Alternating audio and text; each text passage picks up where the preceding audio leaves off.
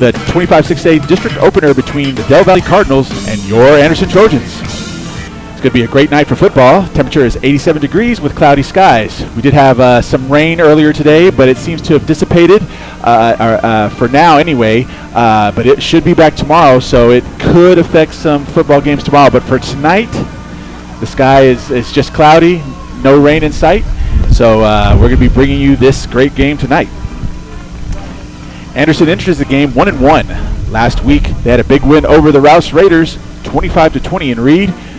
That was an emotional game, if any, an emotional, exciting barn burner game, similar to the Taco Shack Bowl. The only difference is Anderson came out on top this time. Absolutely. It was a great game to call, a great game to watch, very entertaining. This has been a very entertaining season so far for the Anderson Trojans. And, you and I talked about this earlier. There are a couple of plays here and there from being undefeated.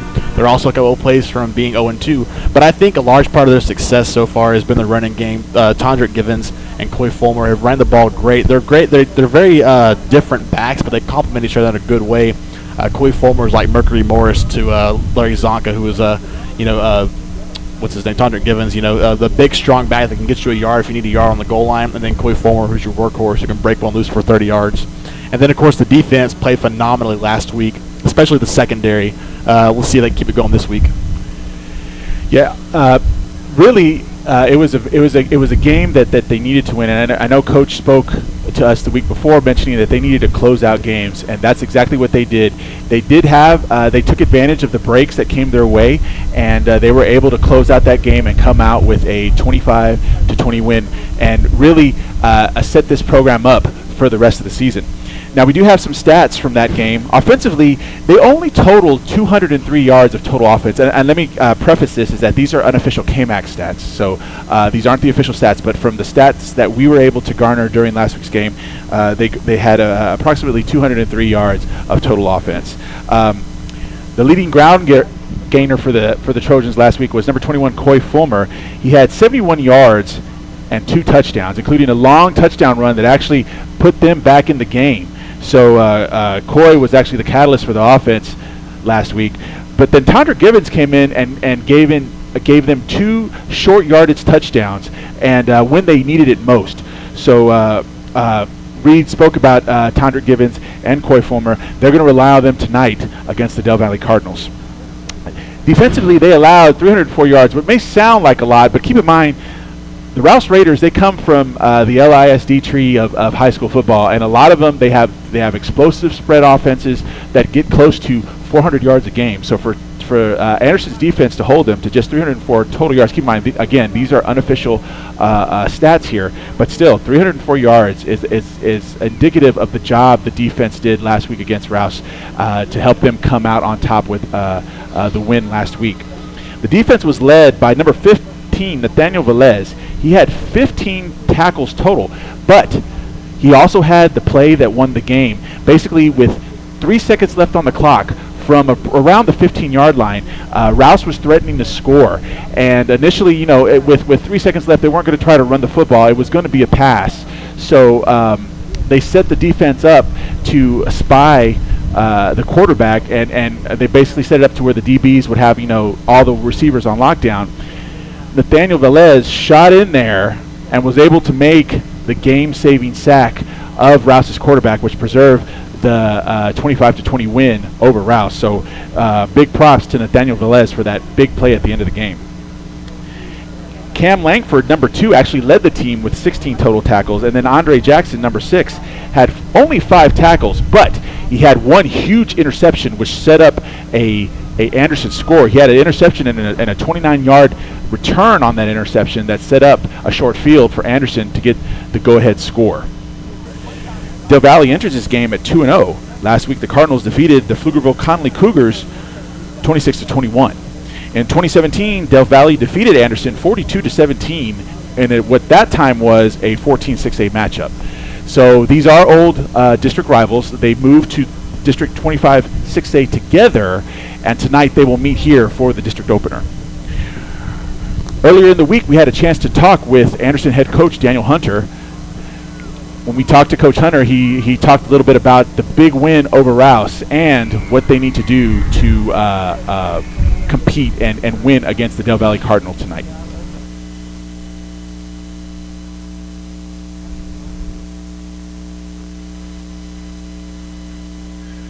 This is Chris Cavazos with KMAX Sports on the line with Anderson head coach Daniel Hunter. Coach, how are you today? I'm doing good, Chris. How are you?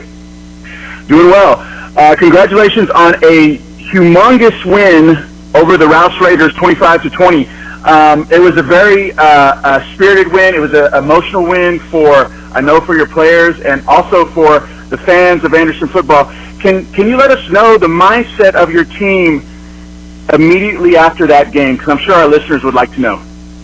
Well, obviously everybody's pretty excited, to say the least. I think it was a little bit of 4 or 5 months of anticipation that got put off one more week when we didn't execute the fourth quarter in week 1, and it was just a little more anticipation. I felt like everybody knew it was coming. They believed it was coming, but it was finally here, and so not so much relief, but just thank goodness this is what it feels like. It was worth it. Yeah, it was worth it. Like I said, we had a good time. The KMAX Sports crew, myself and Reed Cormier, we had a great time calling the game. It was an exciting game, and we were just very excited and happy that you guys were able to hold on there at the end and come out on top. Can you talk about some bright spots from that game that you know you'll be able to build on going forward into district play? Yeah, I think if not more important than the win, and I do this, and I do mean this, if not literally more important than the win, it was the fact that we went down 14-0 early, and the kids didn't freak out. They didn't stop trusting. They just, all right, well, they kind of looked around and said, well, guess what? It's time to go. We got to go. And the possession after we go down 14-0, our starting quarterback, he's got an injury, so he goes out. The backup goes in, and it's one of those where I think if they haven't worked quite so hard, that it would have been an easy time to just go, oh goodness, I can't believe this is happening. Poor me, poor me. But it was the opposite effect. Scott went in and did an absolute fabulous job at quarterback, managing the offense, getting the ball where it needs to be on time, getting the plays on time. He did an outstanding job. And the next series we score. Okay, now we're down 7. The series after that, we get an interception, run back, inside their 30-yard line. Scott and the offense throws back out there and scores again. And right before half, it's 14-13. It's a completely different game.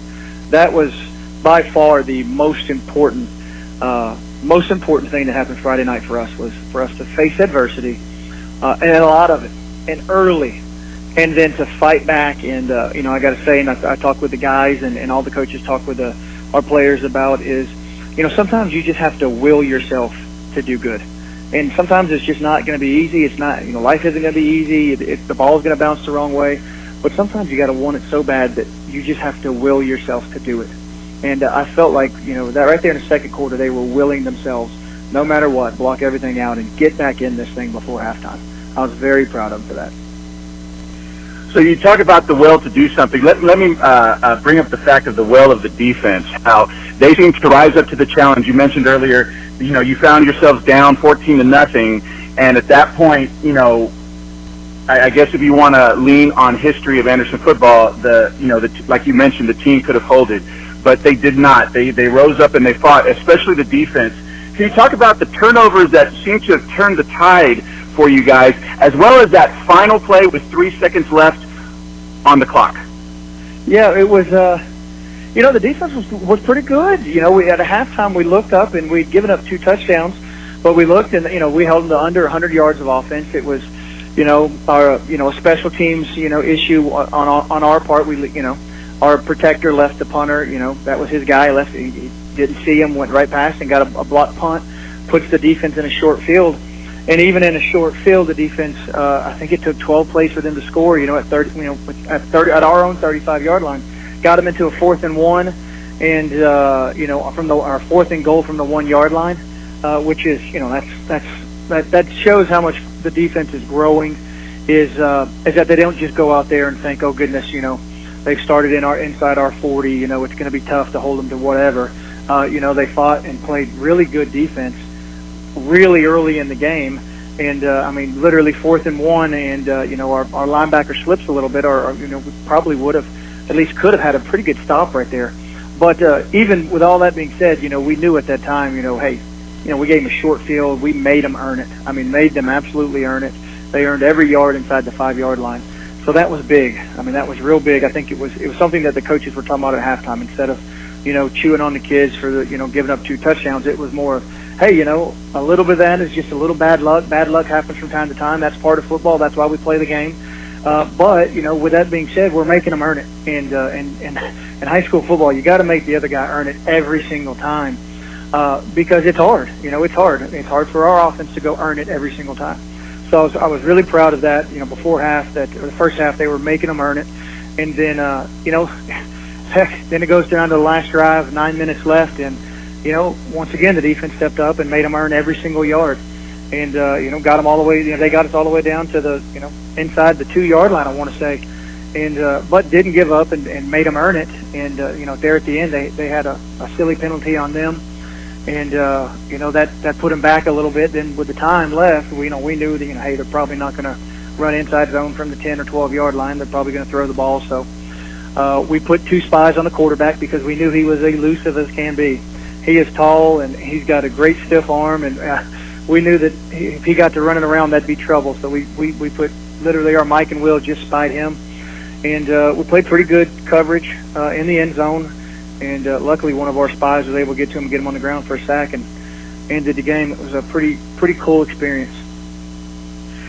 Yeah, it was excellent. I mean, we were all jacked when the spy was able to take the quarterback down and essentially ended the game, and we got real excited up there. So it was real fun to watch. Now we would like to talk about, I guess, a cause for concern. I heard some grumblings, conversion attempts. Obviously, that was kind of a sore spot. Are you guys trying to make some changes there to have those conversion attempts be a little bit more successful? Yeah, it's it's early in the year, and it's tough. It's one of those things where we made some changes from week 1 to week 2 and felt really good going in the game. I mean, really. And then obviously after two missed extra points, didn't feel quite as good. We've got good kickers. It's one of those things where it's kind of like a golf swing. If something goes wrong and 15 people talk to you, it doesn't get better. It just makes it that much more that you're thinking about and things like that. And so we've got really good kickers. We've got good snappers. We've got good holders. We just need to kind of relax when we get out there and go and do what we do. They do it every day in practice. They do it for an hour and a half. They literally, our snapper snaps, our holder holds, our kicker kicks. And so, I think once we get a couple of those things through, a couple field goals, I think by the end of the year, it's going to be not just, it won't be, it won't just be average or no longer a sore spot. I think it's going to be one of our strengths. And we need it to be. With the type of offense and defense we play, we need to have a very strong kicking game. There's going to be, our goal is to get to the fourth quarter, making it a 7-point, 3-point tied ball game. So those are going to come in, and that's going to be a big deal later down the road. We understand that. So we're working it real hard, but at the same time, I'm making sure not too many people are talking to those guys. They just need to relax, take the pressure off, and just put it through like they've been doing since they were 3 and 4 years old when they first started kicking and realized they could kick better than everybody else. Exactly. So now we're going to look forward.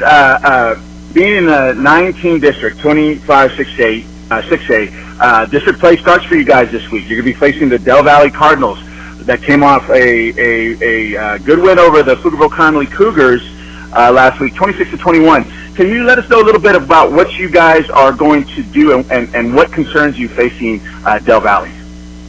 Well, I think the biggest concern is probably overall athleticism and team speed. They're very, very athletic. They've got great team speed. They run an offense very similar to ours. They, they'll run wing tee about like we run wing tee, and then they'll spread it out kind of like we do. And so I think the biggest concern is just their overall team speed. They've got enough speed where, if somebody misses a tackle, we may not get another shot at that. That's defensively. That's what we've been preaching to our kids is, hey, let's not run in there and put your head down and try to go for a knockout kill. That's not good tackling anyways. But of all weeks, let's make sure that we're really emphasizing that you keep your head up, you wrap up. If you don't just dive on the ground or anything like that, you keep your head up, wrap up, and understand people are going to be getting off blocks and they're going to come help you. But we can't let people go. We can't have arm tackles. We've got to make sure that we gang tackle as well as we possibly can. And then, the inevitable is I hate to say it, but the inevitable is probably going to happen. A kid running 4.4 is going to get a ball, and somebody's going to, not do a great job on open field tackle, and then we've got to realize that, hey, that's one play. If sometimes it's just that. You play great defense for 15 plays, and one play gets around, and yet when we can't let ourselves just get down. We're if anything, we've seen that with our offense. This past week we got a couple of 3-and-outs, and then all of a sudden one play, and Coy Fulmer takes it 65 yards, and now it's a touchdown game again. So, they're kind of the same in that regards as they're going to kind of pound it, and they're planning on one breaking and somebody missing a tackle or a wrong assignment, and their guy's going to be fast enough to go to the house just like our guy is. Sounds good. So it sounds like you have a game plan to try to slow down the Cardinals. And again, it's the opening game for 25-6A. So these games count now as you march toward the middle to the end of the season, going into the playoffs in November. Coach, thank you so much for your time, and good luck on Friday. Okay, appreciate it, Chris. Have a good one. Thank you. That was Anderson head coach Daniel Hunter. Coaching the Trojans along with Coach Hunter are Roderick Thompson, Cecil Johnson, Ron Davis, Mike Maldonado, Jeff Rogers, Mike Peterson, Coach Satcherall, Eduardo Esparza, Kenny Matthews, and the trainers are Michael Busby and Amy Nago. Del Valle coaching staff, head football coaches Charles Burton, assistant coaches Vernon Hughes, Jeff Ramirez, Adam Stagman, Aaron Mackick, Terrence Hollingsworth, Michael Morgan, John Driscoll, Andrew Allen, Zachary Byerly, and Jason Matthews. So, again, this is the opening game for 25-6A for the two teams. There are 9-team districts, so they only had 2 non-district games this season. And both of them are looking to get a 1-0 start in district play. Absolutely, Chris. And even though this is the first district game, the Anderson Trojans have taken these last 2 games very seriously. They wanted to win both of these games, especially the Taco Shack Bowl. It's a long-time rivalry. They were disappointed when they lost, but they bounced back last week. And I was watching the Del Valle Cardinals warm up earlier. They got a lot of athleticism on the outside. The receivers and the running backs are very quick. So that secondary that played so terrifically last week is going to be challenged this week, I think. And they're going to be put to the test to see if they can keep up with these fast receivers and backs of the Del Valle Cardinals offense. What do you think? Yeah, I agree with you. I think there's a lot of athleticism. The Del Valle has historically been a very athletic team. And like Coach Hunter said in the interview, it's like this is a game where, they can't afford any missed tackles because, one missed tackle and any offensive player, wide receiver, quarterback, running back can take it to the house if a tackle is missed. So like you said, they're not going to have many second chance opportunities to take down Del Valle's offensive players. So offensively though, I think Anderson is going to have to stick to their game plan, and their game plan is basically run the football, run the football, run the football. Absolutely. And then pass, when the opportunity arises. But I don't think we're going to see too much of that tonight. I think we're going to see a lot of Tondrick Gibbons. I think we're going to see a lot of Coy Fulmer out there running the football. And that's not to say that the coach does not trust their passing game. They absolutely have guys that can get open. They have a quarterback that can throw the ball on target down the field. But the old saying is, if it's not broke, don't fix it. They got plenty of offense last week from their 2 starting running backs, Coy Fulmer and Tondrick Gibbons. Great complementary backs, as I said earlier. One guy that can break one loose for 30 yards at any time in the game. He's a good workhorse back, shifty, elusive, Coy Fulmer.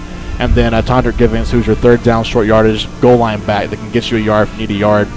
And, so like you said, their game plan should be more the same from last week. Run the football. It worked for them last week. And I think if their defense can bring the same energy, set the same tone they did last week. They gave up 20 points, but 14 of those 20 points came in the first half, Chris. So in the second half of the football game, they held the Rouse Raiders to 6 points, which is an amazing feat in high school football. Definitely, especially since, Rouse was coming in averaging over 25 points a game, as well as close to 400 yards of offense a game. To hold them to to 300 yards and 20 points. And like you mentioned, only 6 points in the second half of the game.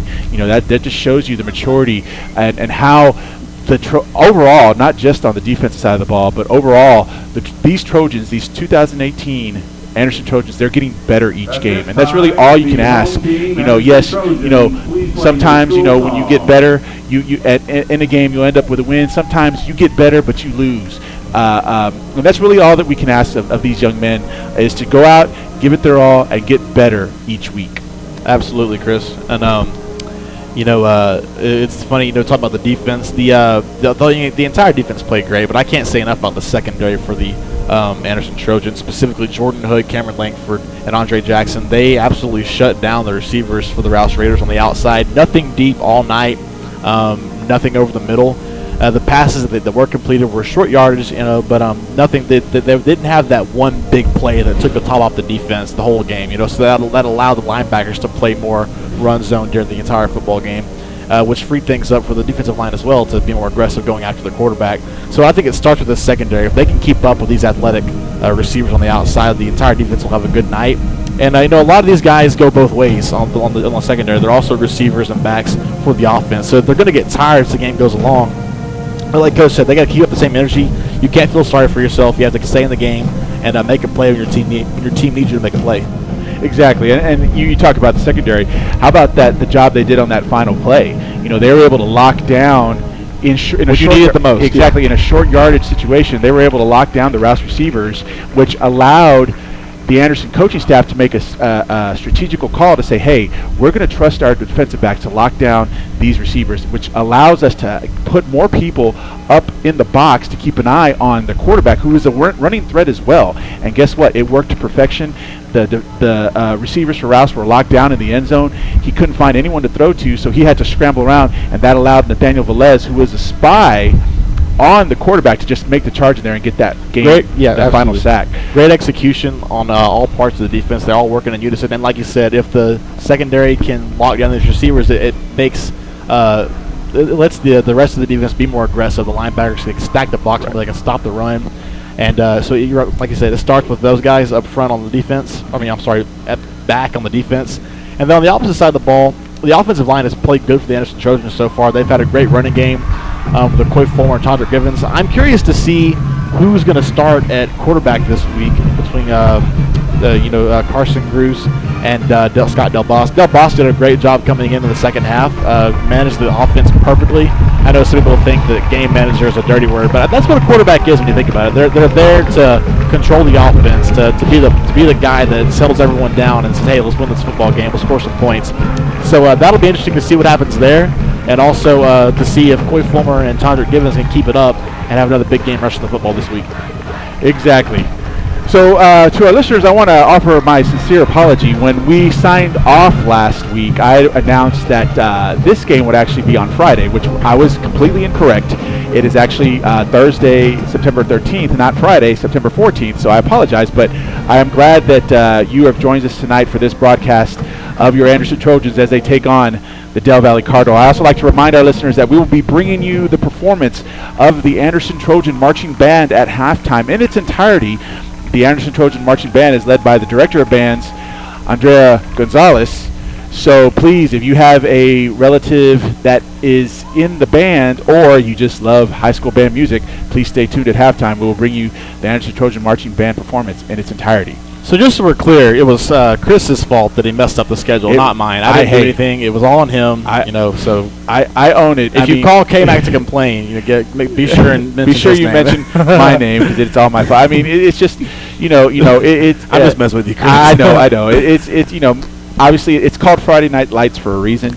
The majority of the games are played on Friday nights. Doesn't seem as fun on Thursday. Exactly. But we're still here. We're still here. It's still a great atmosphere out here. We have the cheerleaders, we have the drill teams, we have the band, we have everyone, the parents. They're all here. So it looks like they will be the captains will be brought to midfield for the coin flip. Captains for Anderson will be number 6, Andre Jackson, number 50, Joseph Rios, number 21, Coy Fulmer, and number 5, Trevor Merrick. For the Del Valle Cardinal, captains will be number 6, Chris Turner, 19, Eli Washington. 45, Nicholas Chavez. And number 72, Alexi Rodriguez. Your captains are number 5, Trevor Merritt, number 6, Andre Anderson is they're wearing all black jerseys today with their standard blue helmet with the gold stripe, white numerals. Del Valle's in their traveling uniform. And it looks like the Del Valle has won the toss, and they will receive to start the game. They're wearing traveling uniforms, which consists of a white top, black pants with a white stripe, black numerals, and black helmet. Del Valle will be defending. They'll be attacking from the left side end zone, going from left to right. Anderson will be defending the right side end zone.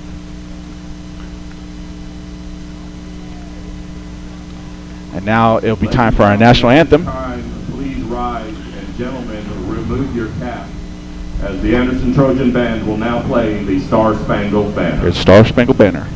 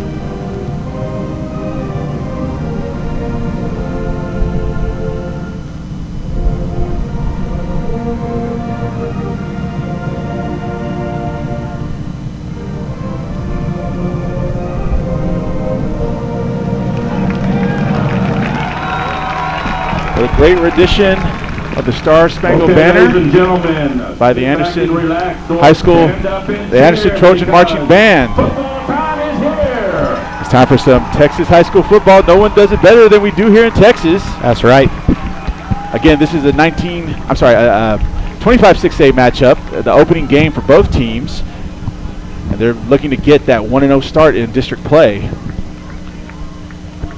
Sorry, Chris, I'm trying to help you out here, but my headset's weird. I'm trying to fix it.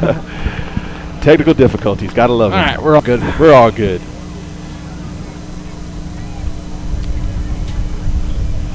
So while we're at a little brief pause while they run into the field, we remind you we'll bring you next week's game, which is on Friday, I confirmed. Friday, September 21st, as your Anderson Trojans will travel to Buda to take on the Hayes Rebels. We'll have it here for you on KMAX Sports. Pre-game at 7 p.m. and kickoff at 7:30. So again, Del Valle will receive to start the game. Returning the kick for Del Valle will be number 10, Tommy Rivers, and number 7, Reggie Sims. 10, Tommy Rivers. Number 7, Reggie Sims. Kicking for Anderson will be number 46. We don't have him on the roster. We don't have him on the roster. So he's number 46. Mystery kicker for Anderson Trojans.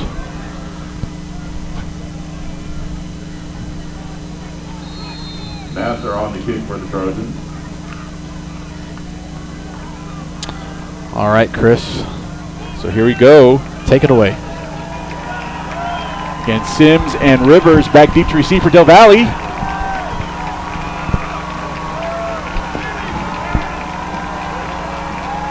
And here's the kick, and it's a squib kick, and it's gonna, and they're not retrieving it, and it's actually recovered by Del Valle. For the Cardinals, Jacob Lopez. Number 3 recovers it, Jacob Lopez, at the, they're going to spot it at the 28-yard line of Del Valle. That was close, because that was a live ball. If Anderson recovered it, it would have been their ball. Yeah, and I'm not sure if that was a designed squib kick or if the kicker just didn't get all of his leg behind that one and kind of messed up the kick there. Either way, a 28-yard line start for Del Valle. Not terrible field position. Let's see what they can do with it here.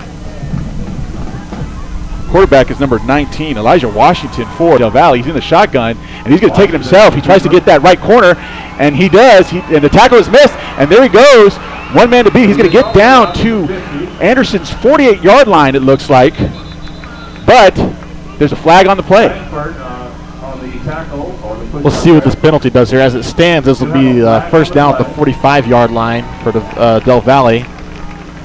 Andre Jackson had a shot there to stop that play at about a 4-yard gain, but he got too much of a block on him. Couldn't get around that. So it's a holding penalty against Del Valle, so that's going to take that huge run back, a big break for the Anderson Trojans. It'll be first and 20 again. That's what we like to hear. So let's see where they spot this. It should be back to the 18-yard line, and it should be first and 24. And no, they're actually gonna net a yard out of it to the 29 because I guess it was a spot foul. So it's gonna be first and 10 from their own 29-yard line for the Del Valle Cardinal. Again, Washington in the shotgun, 2 receivers to the near side, 1 back in the backfield.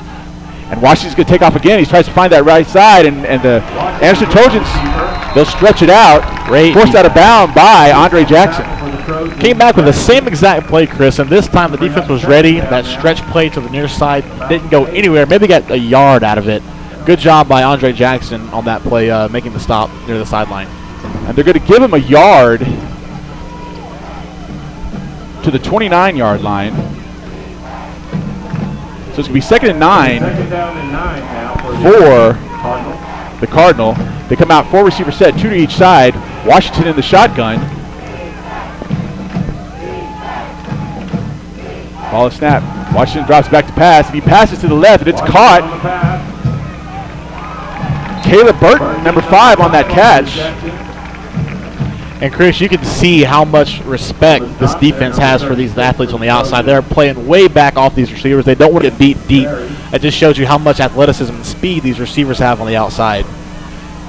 They're giving them probably about a 10, 15-yard cushion. So it's going to be a 3-yard gain. So it's going to be 3rd and 6 now for... I'm sorry, what? It's going to be 3rd and 1. Oh, 3rd and 1. My apologies. 3rd and 1. So it's actually going to be an 8-yard gain. 3rd and 1. It's a handoff. Nope, Washington's going to keep it again. Testing that right side. He's going to get the first down. About the 43-yard line. Down to about the 43-yard line. 15 on the tackle for the Trojans. The left. It's a good design play. It's a fake up the middle. I don't think this is an option play, Chris. I think the quarterback is keeping this ball every time as a design. They're faking up the middle, but they're bringing everybody out to the near side. They're bringing 2 guards, 2 tackles, and a tight end to block and seal off that edge on the right side. The quarterback is just having a field day out there with it. So it's first down on their own 42-yard line for Del Valle. Ball is snapped, and it's a handoff now to number 2. Dunlap. Tavari Dunlap. And he's going to get down close to the 50-yard line. Bring up second down now. Number 99, Akee Hausman, had a good chance to make a stop on that play early on, but it couldn't bring him down. Ended up getting a 7-yard gain out of it. So it's going to be 2nd and 3 after the 7-yard run by Dunlap. 9:32 left to go in the first quarter. Scoreless so far, but Del Valle's on the move. Again, Washington the shotgun, ball is snapped. He's going to take off on the left side now, and he's going to be brought down in Anderson territory, down around the Anderson's 45. This quarterback's a hard runner, Chris. I think the first guy that gets there has to stop him from getting any more yards. Wrap up, drive him backwards, wait for help to arrive. Don't try to take him down immediately by slinging your body to the ground. Stay up, drive him backwards. Don't let him get any more yards than he already has. So it's going to be 1st and 10 for the from Anderson's 45-yard line for Del Valle. 9 minutes left to go in the first quarter. Again, they're on the move. Del Valle will come out 2 receivers to the far side, 1 to the near side in the middle of the field, 1 back in the backfield, Washington. Now send a man in motion. Lopez. After handoff to Dunlap. He gets that right corner. He straddles the end zone, and he's still on his feet. He cuts back in, and it's touchdown, Del Valle. Great run for Del Valle by number 2, Travere Dunlap. He was forced to the outside, but refused to go out of bounds, kept his feet in bounds, ran all the way down for the touchdown. And Anderson on that play, I think the defense just couldn't have an answer for him. They could not bring him down. They couldn't get guys close enough to him. Great job by Del Valle blocking on that play, making sure Dunlap had room. So now, Del Valle will kick the point after. Michael Flores on the kick. Low snap. Kick is up. And it's good. So with 8:31 left to go in the first quarter, Del Valle strikes first. They find themselves on top of Anderson, 7-0. We're going to take a quick break. You're listening to Anderson Trojan Football on the KMAX Sports Vype Media Network.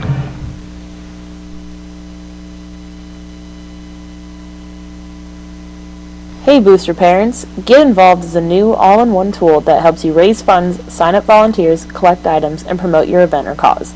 It's never been so easy to get so much done. Forget the multiple volunteer, fundraising, and sign-up lists. It's now all in one. Get involved today at getinvolvedco.com. That's getinvolvedco.com. KMAX Sports is the largest online broadcast company in Central Texas. How large is that? Well, just imagine inner space caverns, if it was full of sports. Okay, so which way to the game? Man, it sure is dark in here for sports. Ah, dang it! Ow! Oh, that hurt.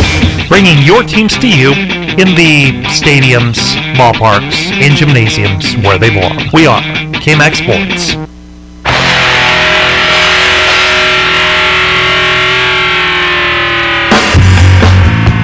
And we're back. This is Chris Cavazos with Reed Cormier and Mitchell Padgett bringing you Anderson Trojan Football on the KMAX Sports Vype Media Network.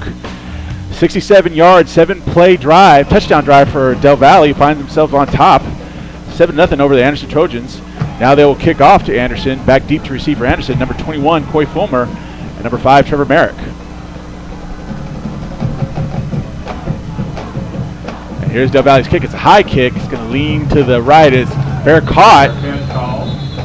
Number 34 for the Trojans.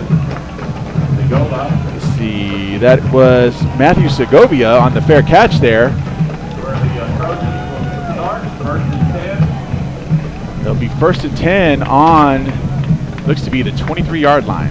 And that last defensive possession was not indicative of what Anderson is about on defense. They were allowing guys to get loose. They were not getting off their blocks the way they normally do. I think this next defensive possession, they make some adjustments, and they come out and make a stop. And actually, it's going to be moved to the 25 because the new rule in high school football is if you fair catch a kickoff inside the 25-yard line, wherever it is, you're automatically on the 25. Scott Del Bosque is the quarterback. Handoff to Coy Fulmer. And Fulmer will gain about 2 yards down to the 27-yard line. But they're going to actually give him 3. So it's going to get him down to the 28-yard line. It's going to be 2nd and 7 for Anderson. And this is what Anderson needs to do tonight. They need to slow the pace down a little bit. Del Valle has a very high-powered, fast offense. They need to slow it down and play their style of play.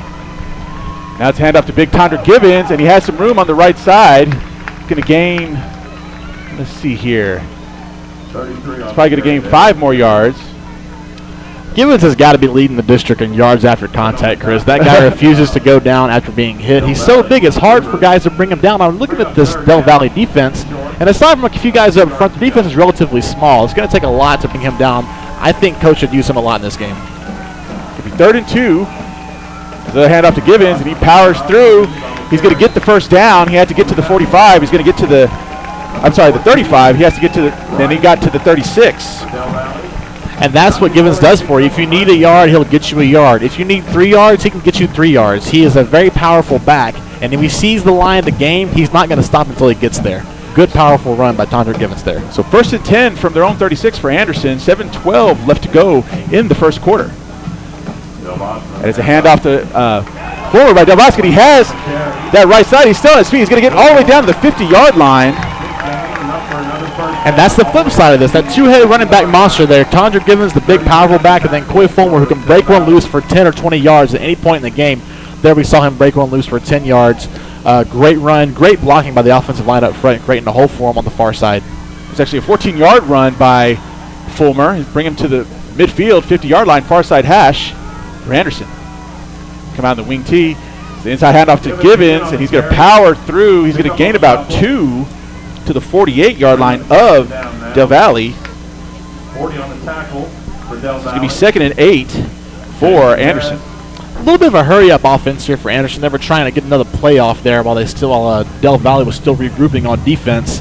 And like I said, that's not their style of play. They need to slow the game down, pound the rock, and play their style of offense. Make Del Valle adjust their defensive scheme to the way they want to play offense.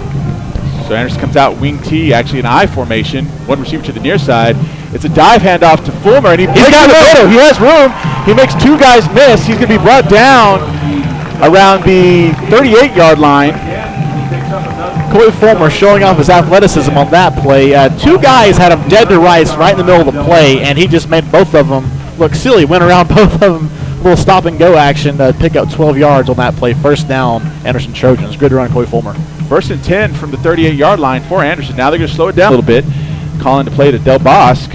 Again, he's starting quarterback tonight. They come out in wing T with one receiver to the near side. That's Merrick. Inside handoff to Givens. He's going to power down to about the 35-yard line. A gain of 3. It's going to be 2nd and 7 from the 35. Tackle for the Cardinals. Another good hard run by Givens on that play. Taking the handoff, getting met at the line of scrimmage by contact, but like I said, he just does not go down with one tackler. You need almost the whole defense to bring this guy down. And what would have been a 1-yard gain makes it into a 4-yard gain. Good run by Tondrick Givens. Actually call on the 34, so 4-yard gain. 2nd and 6 for Anderson. That's going to be a fake sweep to 21. He has that right side. He plays one tackle, and he's going to get brought down around the 22-yard line. Another big run by Corey Fulmer. And that's what you like to see if you're the offensive coordinator for Anderson. You know, your running backs doing their thing. Givens giving you 4 yards to start, making it 2nd down and 6. So you have to. The defense is going to be guessing what's it going to be, an inside, outside, a pass, or run. Get the defense on its heels, and then give the ball to your running back, Corey Fulmer. Breaks one loose for another 10-yard gain. Just ripping these balls down the field. Corey Fulmer is today. Good running back tandem work by the 2 running backs today for the Anderson Trojans. So they're on the cusp of the red zone. 1st and 10 from the 21. It's inside handoff to Givens. He's going to power through for a gain of 2 down to the 19. It's going to be 2nd and 8. And Givens is a great running back, but he's also underrated, I feel, as a pass protector in the passing situation. He does a good job picking up blitzing linebackers off the edge, keeping Del Bosque clean in the pocket last game, along with Karsten Groos, whenever he was in the game. So just a good all-around back up front. So they're actually going to give him 3. It's going to be 2nd and 7 from the 18 for Anderson. It's another handoff. It's to number 7 for Anderson, Joy Barron, and he's still on his feet. He's brought down around the 4-yard line. Joey Baran. What a great run by Joey Baran there. That play looked like it might have been stopped for a no gain or a loss early on because Joey Baran was outrunning his blocker. The guy that was pulling to seal the edge for him was too slow, and he couldn't get out in front. He couldn't stay in front of Barron, and Barron had to slow down his pace a little bit, wait for his blockers to set up for him, and then make a few guys miss, not going down to first contact. A very smart run there by Joey Baran. So it's 1st and goal from the 5 for Anderson. It's a handoff to Fulmer, in for the touchdown. Touchdown Trojans. And just like that, they've answered the score. Great job by the offensive line on that play. The hole was wide open. He had no guy on either side of him for at least 2 yards. He had about a 4-yard hole there to run through, and he walked into the end zone untouched. Flipped the ball to the referee, no big deal. Great job of the offensive line on that play, clearing a path for the big star running back, Corey Fulmer. And just like we mentioned, they kept it all on the ground, that whole drive. Offense, and more, running the ball, and more running the football for Anderson tonight. So here's the extra point attempt. The kick is up. And it's good. So with 4:05 left to go in the first quarter, we're tied up at 7 apiece between Anderson and Del Valle. We're going to go ahead and take a quick break. You're listening to Anderson Trojan Football on the KMAX Sports Vype Media Network. Vype Media is the state's most comprehensive high school sports media outlet, covering UIL, private schools. Vype has been in Texas for over a decade. Visit their website at Vype, VYPE-Texas.com. And also pick up your Vype magazine today. Get in the game with Vype Media. From West Texas all the way to the bayou and all points in between. I saw miles and miles of Texas. This is the KMAX Sports Network, bringing your teams to you.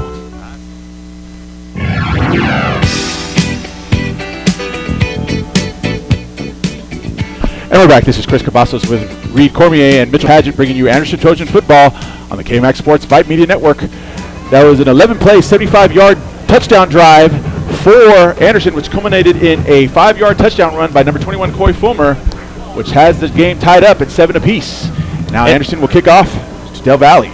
And just what we expected to see, a good mix of Tondrick Givens and Coy Fulmer on the opening drive, running the football, and both backs doing their thing. Tondrick Givens giving you the tough 1 or 2 yard gains, 4 yards at the most on that drive, setting up second down and 6, second down and 5, a good position for their second down back, Coy Fulmer, to take it 10 or 12 yards pop on his runs. So Sims is the only one back deep to receive for Del Valle. I guess they've learned that they're going to try to squib kick. Now it's a short kick, and it's fielded on the fly. Number 3 on that recovery. Actually, it was a line drive kick. Lopez recovered it around the 20, 25-yard line, and he'll make it all the way down to the 32, and that's where Del Valle will start this offensive series. Good stop by George Krupp, number 19 for the Anderson Trojans kickoff coverage team. That ball had a chance to, that ball had a chance to go probably another 20, 30 yards on that play. There was nobody behind Krupp, but he made the stop. Good execution there on kickoff. So 1st and 10 from their own 32-yard line for Del Valle. They'll come out 2 receivers to the far side, 1 to the near side, 2 backs in the backfield. Elijah Washington in the shotgun. Ball is snapped. It's a handoff to 2, and he's going to be tackled behind the line of scrimmage. That was Dunlap. He's going to lose yardage. Turner for the Trojans. He's going to actually lose a lot of yardage. He's going to. They started at the 32. They're going to be all the way back to the 27. And that was Turner, number 32 for the Trojans. Good stop by, I'm sorry, not number 32. Turner for the Trojans on the stop. Good job getting into the backfield. And what looked like was going to be a good run on that play by Dunlap ended up being a loss of 5. So it's going to be 2nd and 15 from their own 27-yard line for the Del Valle Cardinals. They're going to come out 3 receivers to the near side, none to the far side. 1 back in the backfield with Washington in the shotgun on the far side hash. The handoff to Dunlap, and then he breaks through that left side, and he's going to be tackled around the 38, 39-yard line. Jordan Hood on the stop, and let's see where they mark the ball here. Looks like they're going to get 13 and a half of that 15 yards back. They're marking at the 41-yard line. 41-yard line. Bring up 3rd down and about 1. 3rd and 1. Del Valle is doing a great job of sealing that outside edge on these sweep plays, and there's nobody there for Anderson to make the stop. So Del Valle comes out 1 receiver to the near side, 2 to the far side, 2 backs in the backfield, and Washington the shotgun, far side hash. Straight handoff again to Dunlap, and he's still on his feet. And he's going to be brought down, but forward progress will probably put him at their own 45-yard line, so it's going to be enough for the first down. 2 very different offenses we're seeing here in the first half. A lot of outside stretch plays. They're using 1 running back for the Del Valle Cardinals. Anderson Trojans going with 2 backs on their plays. A lot of stuff up the middle, off the tackle on their runs. Let's see if Anderson can tighten up on defense a little bit here and make a stop. So again, 1st and 10, 2:07 left to go in the first quarter. All tied up at 7 apiece for Anderson and Del Valle. Del Valle will have 2 receivers to the near side, 1 to the far side, 1 back in the backfield with Washington. It's their handoff to Dunlap, and he meets a wall of Trojans at the line of scrimmage, tries to cut back into the outside, but it's a gain of 1, but there's a flag on the play. Let's see what the call is. It's holding against Del Valle, so moving back 10 to the 35-yard line. It's going to be 1st and 20. And this is where Anderson has to capitalize. They have to take advantage of the 2nd and 20. They get 3 downs to get 20 yards. They need to make a stop here. The team shouldn't be able to get a first down off of a 1st and 20. So here we go. 1:46 left to go in the first quarter. It's going to be 1st and 20 from their own 35-yard line for Del Valle. Del Valle comes out 2 receivers to the far side, 1 to the near side, 2 backs in the backfield. Washington, Dunlap behind him in a type of a pistol formation. Ball is snapped. It's a fake play action pass, and it's complete to number 80 for Del Valle. He's going to cross into midfield. Cross into Anderson territory. That catch was made by number 80, John Bracken. But that's enough to pick up the first down. Number 17 for Anderson Trojans, Jack Del Valle at their own Finken on that play almost got the ball tipped at the line of scrimmage, but went right over his hands. Number 80, Bracken, caught the pass and took it 20 yards for the first down. So 1st and 10 from Anderson's 45-yard line for Del Valle. 1:18 left to go in the first quarter. Hand off to Dunlap. Tries to get that left side. He breaks back in the middle. He's going to gain about 2 yards down to the 43. And Anderson's doing a good job of getting to the running back. They're doing a good job of finding the ball and getting contact made early on in the play, but the problem is they're not able to bring him down on first contact. You got to go for the legs. You got to wrap up and hold on and wait for help to arrive. You can't bring him down on your own off first contact. You can't allow these 5-6 yards after the play, after the contact. So it's going to be 2nd and 8 for Del Valle from Anderson's 43-yard line. 3 receivers to the near side, none to the far side, and it looks like Flag on the play. either Anderson jumped or they were drawn. Let's see what the call is here. Flag, no flag. And they're calling a timeout, officials timeout. Timeout. No, timeout Anderson. So with this timeout, we'll go ahead and take one with them. You're listening to Anderson Trojan Football on the KMAX Sports Vype Media Network. At Austin Pets Alive, the mission is to promote and At Austin Pets Alive, the mission is to promote and provide the resources, education, and programs needed to eliminate the killing of companion animals. That means more happy pets joining more happy families every single day. In fact, Austin Pets Alive has saved more than 25,000 dogs and cats since 2008. And you can help. Adopt a new family member, help out with a donation, or roll up your sleeves and volunteer. If you have love, time, or money to spare, and we all have at least one of those, you're needed. Visit AustinPetsAlive.com to get started. Austin Pets Alive, helping people help pets.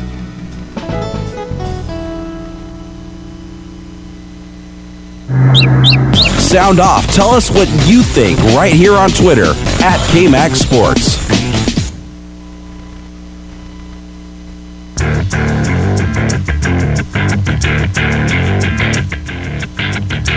We're back. This is Chris Cavazos with Reed Cormier and Mitchell Padgett bringing you Anderson Trojan Football on the KMAX Sports Vype Media Network.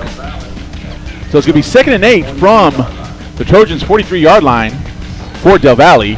38 seconds left to go in the first quarter. 2 receivers to the near side, 1 to the far side for Del Valle, 2 backs in the backfield with Washington. So the handoff to Dunlap. He has some room in the middle. He's still on his feet, and he's going to be. He was tripped up around the 30-yard line, and he's going to fall around the 27-yard line. Another good hard run by Dunlap on that play. A lot of running in this first half of football for both teams. I think Del Valle has thrown the ball twice, connected on both. Other than that, it has been all ground game so far in this Thursday night lights high school football. So they're actually marking on the 27-yard line, and that's going to bring us to the end of the first quarter. Del Valle trots off the field with 9 seconds left. So with the end of the quarter, we're going to go ahead and take another break. As Anderson trots off the field, you're listening to Anderson Trojan Football on the KMAX Sports Vype Media Network.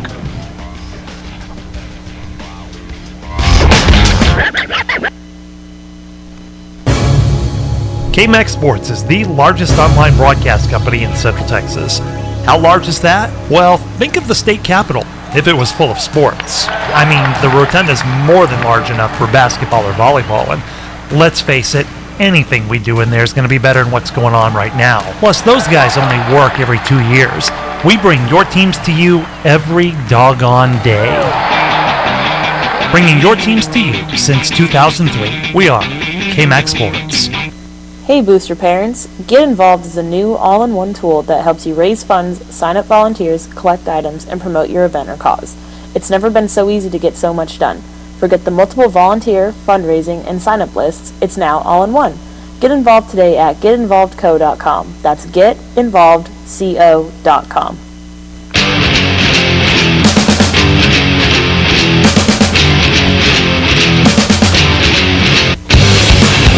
And we're back. This is Chris Cavazos with Reed Cormier and Mitchell Padgett bringing you Anderson Trojan Football on the KMAX Sports Vype Media Network.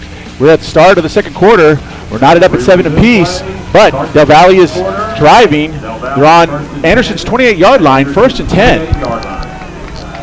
Del Valle comes out. They're going to have 2 receivers to the far side, 1 to the near side, 2 backs in the backfield with Washington.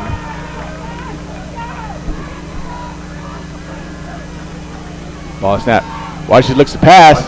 The pass was intended for number 5, Caleb Burton, but it was behind him, so it's going to be 2nd and 10 from the 28 for And even if that pass was on target, Chris, I don't think there would have been a good chance of number 11 for Del Valle making the catch. That's Tajay Jones. Andre Jackson was right on top of him the whole time, had coverage locked up. We're seeing the play from the secondary last week translate this week. They were giving a little bit too much cushion to those receivers in the first quarter. I think Coach made some adjustments, and now they're tightening it up a little bit. They're going to trust their athleticism to match up against Del Valle's. 2 receivers to the far side, 1 to the near side, 2 backs to the backfield for Del Valle. So their handoff to Dunlap, and he's going to be stuffed by Nathaniel Velez at the line of scrimmage.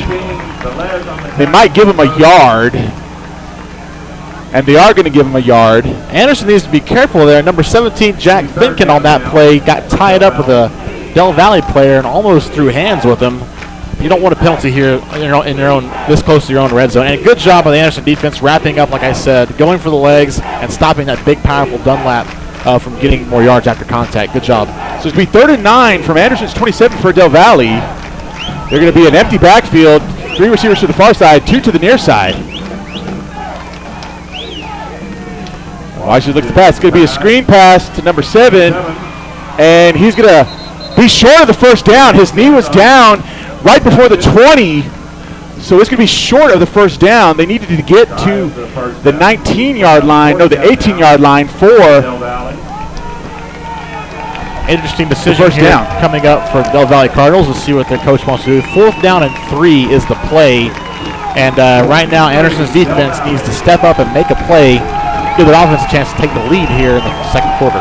So it's going to be 4th and 3 from the 21-yard line. They have to get to the 18 for the first down. The Del Valle comes out, 2 receivers to the near side, 1 to the far side, 2 backs to the backfield, far side hash. Crowd getting into it. Ball is snapped, and Washington's going to take off, and he might not make it, but there's a flag on the play. Let's see where they mark him out of bounds. They might decline it if it's a hold. The flag is in the area of a hold, and it is a hold against Del Valle. And he's short of the first down by a yard to the 19. So let's see if Coach Hunter will decline this penalty, and there'll be a turnover on downs.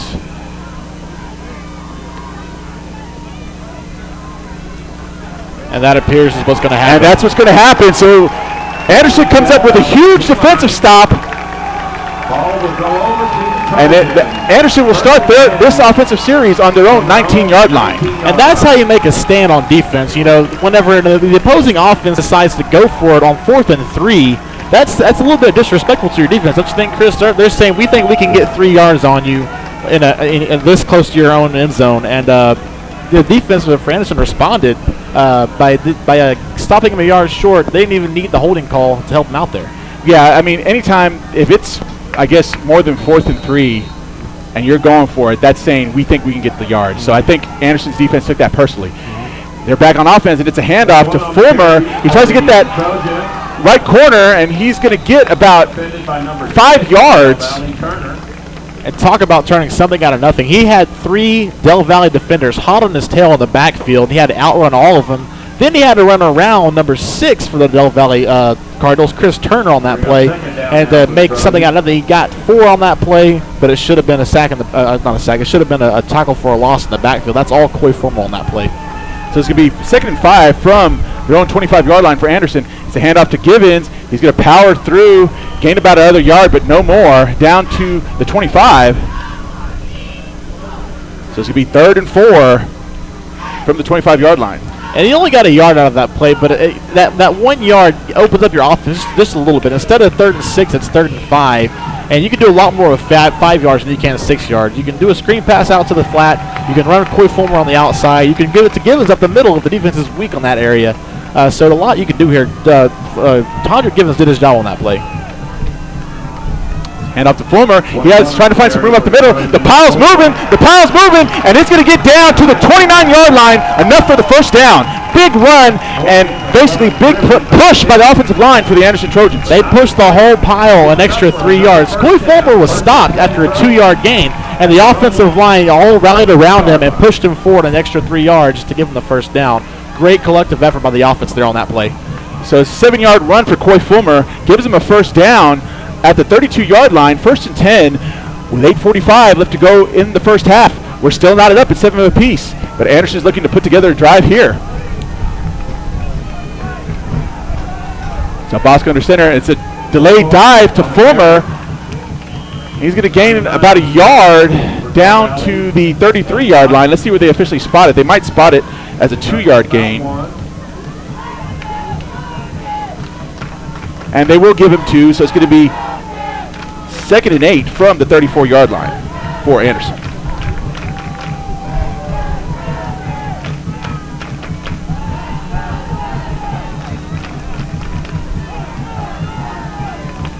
So they come out again in their wing T, one receiver to the far side. It's inside handoff to Givens, and he's going to get upended at the 39-yard line. A gain of 5. Number 14 for the Cardinals. Anderson going with a hurry-up offense, so they're already back down, about to snap another play. This will be 3rd and 3 from the 39. They hand off to Givens, and he's finding room. He's going to power through, and he's going to get all the way down to the 44. This is very similar to the first drive. Just keep moving the chains, guys. Just keep moving the chains a little bit at a time. 3-yard plays every time, and it'll eventually, the chains will move. I sound like a broken record here, but Tondra Givens and Coy Fulmer are the workhorses on this team. Just chipping away at this defense. They're going to wear them down. And if they keep up this pace, this defense of Del Valle is going to be worn out come the 4th quarter, and that's going to pay dividends for the Anderson Trojans. So it's going to be 1st and 10 for the 44-yard line for Anderson. And it's a sweep handoff to number 7, and he has some room. He's going to break midfield into Del Valle territory. Joey Barron on that run. Joey Barron on that run. Yep. Bringing the ball to midfield, putting his head down at the end of that run, finishing it off strong as the safety came up to make a stop. Good blocking on the outside for that play. The tight end, the tackle did a good job sealing and pulling and creating a lead block, making a hole for Barron to come through. So it's going to be 2nd and 4 from the 50-yard line. Actually mark him back a little bit. On the far side hash, Del Bosque under center. One receiver to the far side. Inside handoff to Givens again. And he's going to power through again. He's going to be brought down right at the marker. Let's see if they give it to him. This will be a big 3rd down if he's short, and I think he is by about half a yard. Let's see, the officials call a timeout. Looks like they're going to measure. So they'll bring out the chains for the first time this season. It looks good from up here, but we have to see how the angle works and the chains work to see if he has enough for the first down. The ball is spotted on the 46-yard line. Oh, this is going to be close, Chris. Yeah, it's going to be real close. Let's see. It's going to be a very tight measure. Bring out an index card if you have to, I guess. No, it looks good to me. Let's see if they drop. They have to drop the other chain or the other marker, and it's by the half a football. First down. A half a length. My skepticism was proven wrong. They got the first down. But even if they didn't, it's 3rd down and inches, and I trust Givens on that play or Fulmer to get me a half a yard if they have to on that play. So that's the luxury of having these 2 running backs that can do so much for you, is even if you are put in a situation like that, you know you can get the yardage to get the first down. So it's going to be 1st and 10 from Del Valle's 46 for Anderson. 6:17 left to go in the game. It's a handoff to Givens. Again, he powers through for a gain of about 4. Actually, it'll be 4. The one thing I've noticed about Givens, he's the type of running back, he always finishes his runs going forward, falling forward. He never finishes it on his backside or on his back or on his side. He makes sure that when he finishes running the football, you're going backwards and he's moving forwards, even as he's going to the ground, which is a good way to pick up an extra couple inches, an extra foot or so on each run. 5:48 left to go in the first half. It's going to be 2nd and 6 from the 42. It's the other outside handoff to Fulmer. He tries to get that right corner. He does, and he's going to have enough for a first down. Brought down at about the 38-yard line. Good stretch run by Fulmer, shaking off the first guy. And early on in the first 2 games of the season, Anderson was trying really hard to get that outside stretch run going, but they couldn't get it going. Tonight they've got it working, and it's good for 8, 9, 10 yards a pop with Coy Fulmer on the outside. Actually, it's marked down at the 32-yard line. It's a 10-yard gain. That's going to be 1st and 10 for Anderson from their Del Valle's 32. 5:35 left to go in the first half. Anderson on the move. Inside handoff to Givens again. Again, powers through. He breaks that first contact. He's going to gain to 5 down to the 27-yard line. For Del Valle. It's going to be second down now. 2nd and 5 from the 27 for Anderson.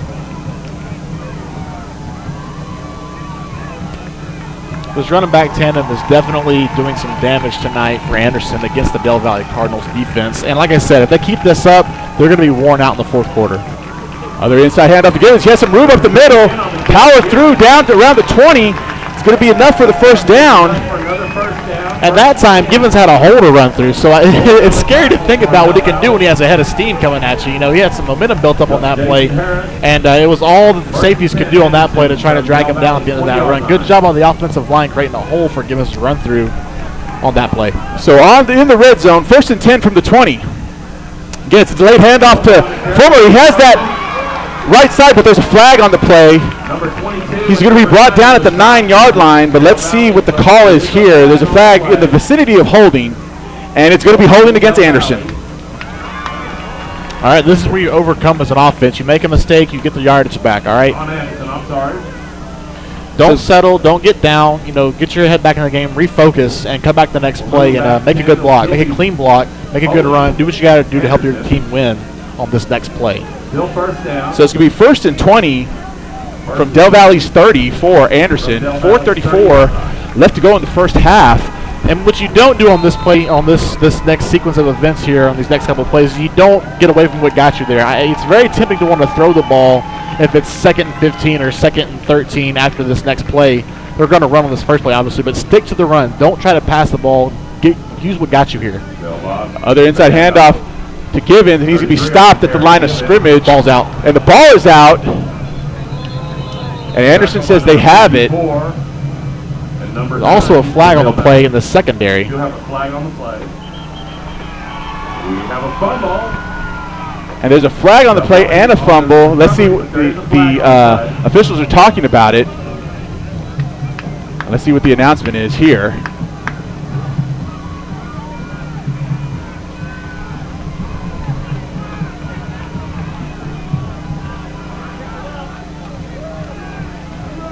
And it looks like Anderson's defense is coming in. Let's see what the flag is here. It's a chop block against Anderson, so that penalty is going to be declined, and Del Valle will take over. On the recovery, on the fumble recovery. And that time, Tondrick Gibbons' running style worked against him. He never goes down after first contact. He tried to stay up and make something out of nothing. There were too many guys there. He got stripped. Tough break for the Anderson Trojans. So they should be 1st and 10 from their own 32 for Del Valle. They're going to have an empty backfield. 3 receivers to the far side, 2 to the near side. Ball is snapped. Watch it looks to pass, and it's passed to number 5, Burton, and it's complete. I'm sorry, 5 is. And they're going to mark him out at the 40-yard line, so a gain of 8. It's going to be 2nd and 2 for Del Valle. Again, empty backfield, 3 receivers to the far side, 2 to the near side. Washington in the shotgun, and play is going to stop. Anderson's going to take a timeout with 3:55 left to go in the game. We'll take a break with him. You're listening to Anderson Trojan Football on the KMAX Sports Vype Media Network.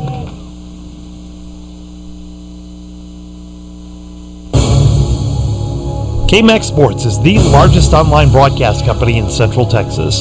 How large is that? Well, just imagine inner space caverns, if it was full of sports. Okay, so which way to the game? Man, it sure is dark in here for sports. Ah, dang it! Ow! Oh, that hurt. Bringing your teams to you in the stadiums, ballparks, and gymnasiums where they belong. We are KMAX Sports. Vype Media is the state's most comprehensive high school sports media outlet, covering UIL, private schools. Vype has been in Texas for over a decade. Visit their website at Vype, VYPETexas.com. And also pick up your Vype magazine today. Get in the game with Vype Media.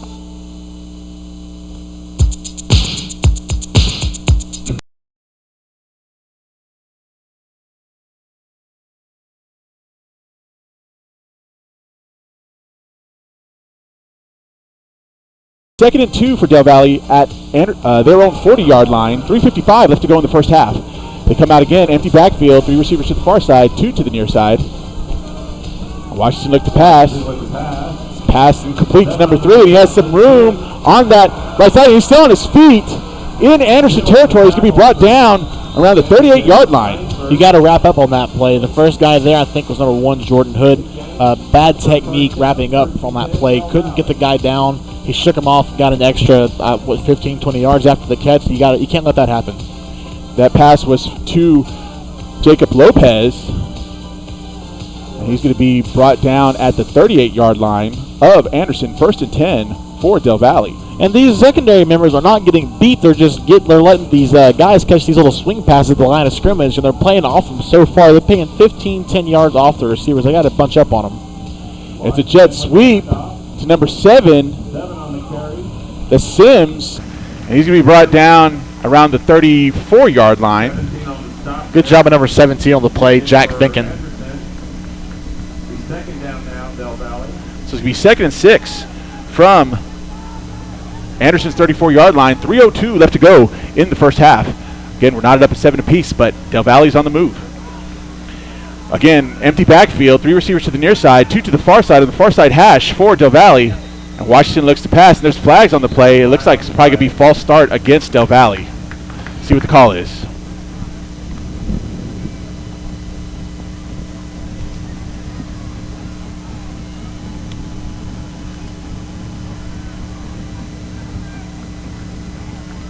Dead ball foul, false start. And I'll tell you what that was. The Anderson had a linebacker creeping up for the blitz. They saw it coming, and they got a little too antsy on that play.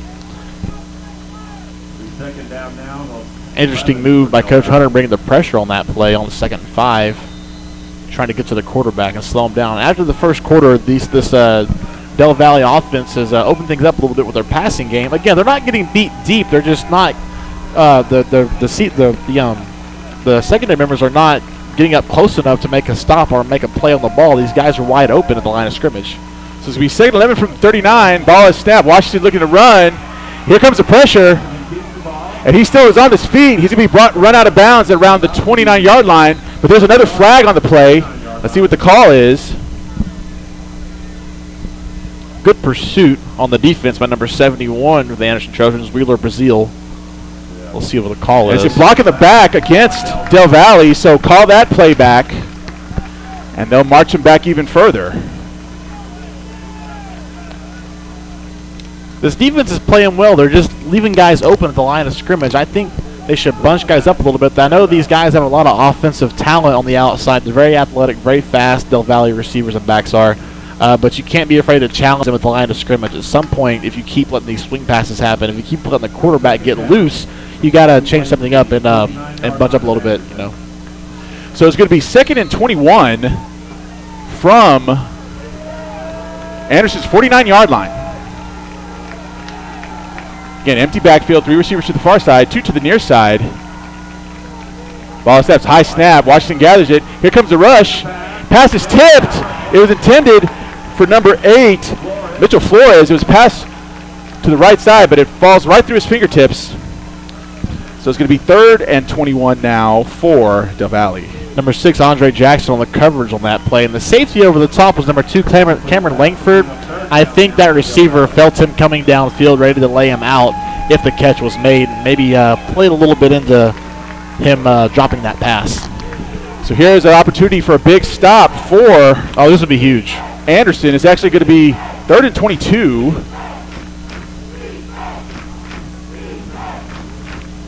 He'll be on the near side hash. They come out 2 receivers to the far side, 1 to the near side. Dunlap in the backfield with Washington, and now it looks like we're going to have a timeout, Del Valle. We'll go ahead and we'll take one as well. You're listening to Anderson Trojan Football on the KMAX Sports Vype Media Network.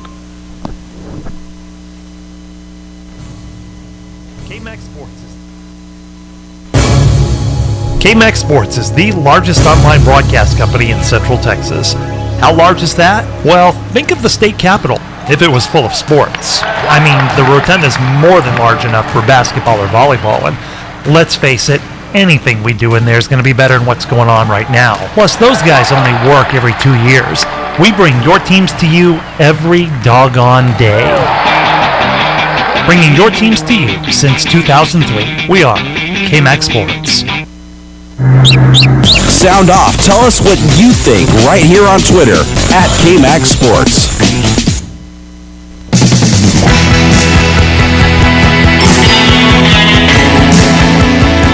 Hello back. This is Chris Cavazos with Reed Cormier and Mitchell Padgett bringing you Anderson Trojan football on the KMAX Sports Vype Media Network. So here's a big opportunity for a defensive stop for Anderson. It's going to be 3rd and 22 from Anderson's 49-yard line for Del Valle. Let's see what they dial up here to try to get the first down.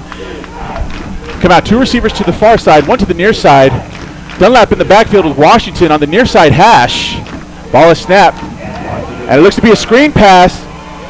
And it's caught. He has some room in the middle. Number 7 is going to make it all the way down to the 27-yard line, enough for the first down. Great play design on that play, letting the guys come up the middle.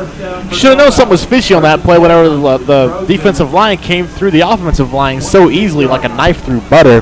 They were setting up the screen play on that play, the screen pass, which worked in Del Valle's favor. We got the first down. So it's going to be 1st and 10 from Anderson's 26 for Del Valle.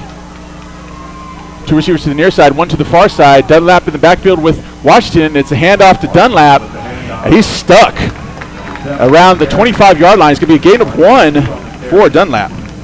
And after a very explosive first quarter and first part of the second quarter, Dunlap has cooled off a little bit. The Anderson Trojans doing a good job of corralling him at the line of scrimmage, and instead of letting him bounce off of him and getting an extra 9-10 yards after the run. So it's going to be 2nd and 9 for Del Valle from Anderson's 25-yard line. They come out 3 receivers to the far side. Dunlap in the backfield with Washington in the shotgun, and it's going to be a quarterback run to the right side, but he's going to be stopped after a gain of about, let's say, 3. 52 on the stop for Del Valle, for Anderson. They're actually going to give him 4 down to the 21-yard line of Anderson. It's going to be 3rd and 5 and now for the Cardinal. That was a design quarterback keep all the way. There was no intention of the ball going anywhere else. Got the snap and immediately took off to the outside, the far side, and got 4 yards out of it. So here we go, another big 3rd down, 3rd and 5 for Del Valle. 52 seconds left in the first half. They want to score here because they don't start with the ball. It's a handoff to Dunlap, and he's going to be. It looks like he's going to be stopped short. Let's see where they mark him. He had to get to the 11-yard line. They may mark him at the 12. And they will mark him at the 12. He's going to be about a yard and a half short, and it looks like Del Valle will go for it. Not the 12. He'll be at the 17-yard line.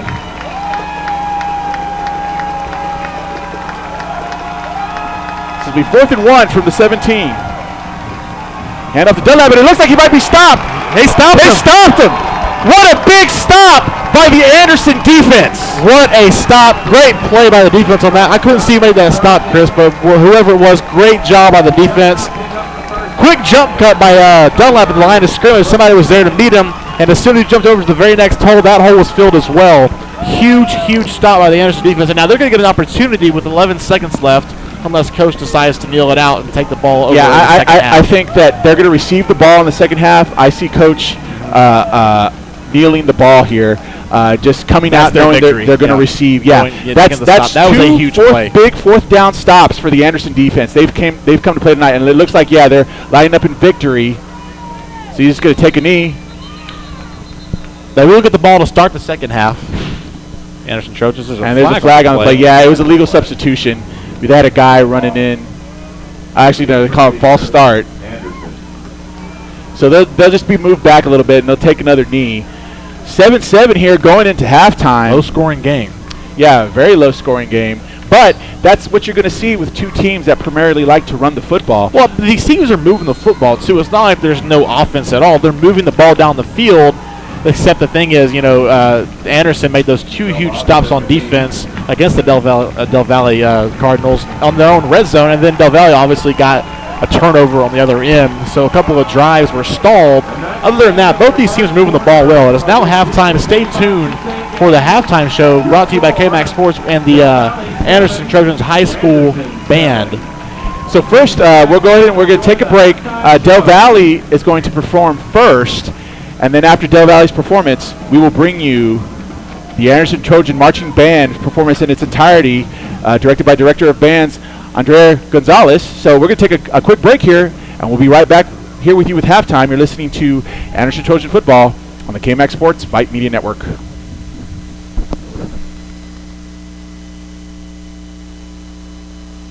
At Austin Pets Alive, the mission is to promote and provide the resources, education, and programs needed to eliminate the killing of companion animals. That means more happy pets joining more happy families every single day. In fact, Austin Pets Alive has saved more than 25,000 dogs and cats since 2008, and you can help. Adopt a new family member, help out with a donation, or roll up your sleeves and volunteer. If you have love, time, or money to spare, and we all have at least one of those, you are needed. Visit AustinPetsAlive.com to get started. Austin Pets Alive, helping people help pets.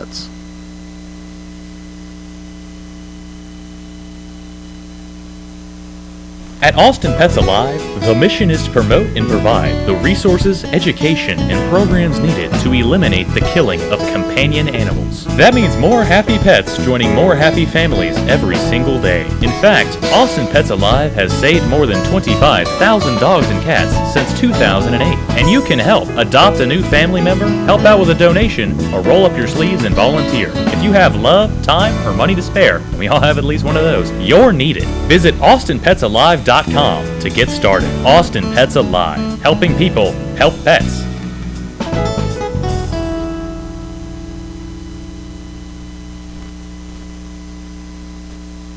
Do you love the game of football? Wish you could be part of the action? Then become a football official. The Austin Football Officials Association is actively seeking new members to officiate games all across Central Texas. The Austin Football Chapter of TASO, the Texas Association of Sports Officials, provides a 2-year training program for new members. Taught by a crew of veteran officials, these training classes meet each Monday night from July through November and include classroom and on-field instruction. You don't need to be an ex-player or a coach to become a great official and have a memorable officiating career. As our officials will tell you, working around student athletes at all levels of football is gratifying. Plus, you'll develop lifelong friendships with other officials who share your passion for the game. Officiating football is a great way to get into and stay in shape, be a positive role model for student athletes, retain your competitive edge, and earn additional income. Visit the Austin Football Officials Association online at afoa.ws for more information. That's afoa.ws. KMAX Sports is the largest online broadcast company in Central Texas. How large is that? Well, think of the state capitol if it was full of sports. I mean, the rotunda is more than large enough for basketball or volleyball, and let's face it, anything we do in there is going to be better than what's going on right now. Plus, those guys only work every 2 years. We bring your teams to you every doggone day. Bringing your teams to you since 2003. We are KMAX Sports. KMAX Sports is the largest online broadcast company in Central Texas. How large is that? Well, just imagine inner space caverns, if it was full of sports. Okay, so which way to the game? Man, it sure is dark in here for sports. Ah, dang it! Ow! Oh, that hurt. Bringing your teams to you in the stadiums, ballparks, and gymnasiums where they belong. We are KMAX Sports. At Austin Pets Alive, the mission is to promote and provide the resources, education, and programs needed to eliminate the killing of companion animals. That means more happy pets joining more happy families every single day. In fact, Austin Pets Alive has saved more than 25,000 dogs and cats since 2008. And you can help. Adopt a new family member, help out with a donation, or roll up your sleeves and volunteer. If you have love, time, or money to spare, and we all have at least one of those, you're needed. Visit AustinPetsAlive.com to get started. Austin Pets Alive, helping people help pets.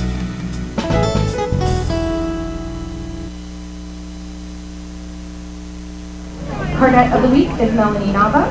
Student Leader's Choice is Patricia Stovall. And we're back. This is Chris Cavazos with Reed Cormier and Mitchell Padgett bringing you Anderson Trojan Football on KMAX Sports. Right now, currently, the Del Valle band is out there on the field playing. And then, like I said, immediately after their performance, we'll bring you the performance of the Anderson Trojan Marching Band in its entirety, so be sure to stay tuned for that. So, Reed, it was a defensive struggle that first half. each team had In the Stone, September, Getaway, Let's Groove, and After the Love Is Gone. They had essentially 3 possessions each.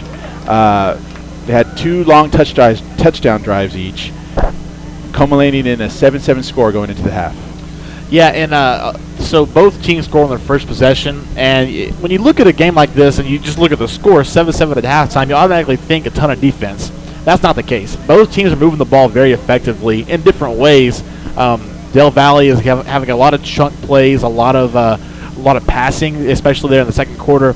And Anderson is just pounding the rock up the middle, a little bit on the outside with Coy Fulmer, but mainly just using their 2 featured backs, Condrick Givens and Coy Fulmer, to move the football. And each team had 2 possessions, like you saw. Actually, Del Valle had 3 possessions, but on Del Valle's last 2 possessions, they were stopped in the red zone by a stiff Anderson defense, and then that kept them out of the end zone. And then on the other end, Anderson again was moving the football on their second possession, and Condrick Givens trying to make something out of nothing, fumbled the football, a turnover, which cost them the drive, maybe some points. So both teams are moving the football well. This is going to be whose defense is going to wear down first.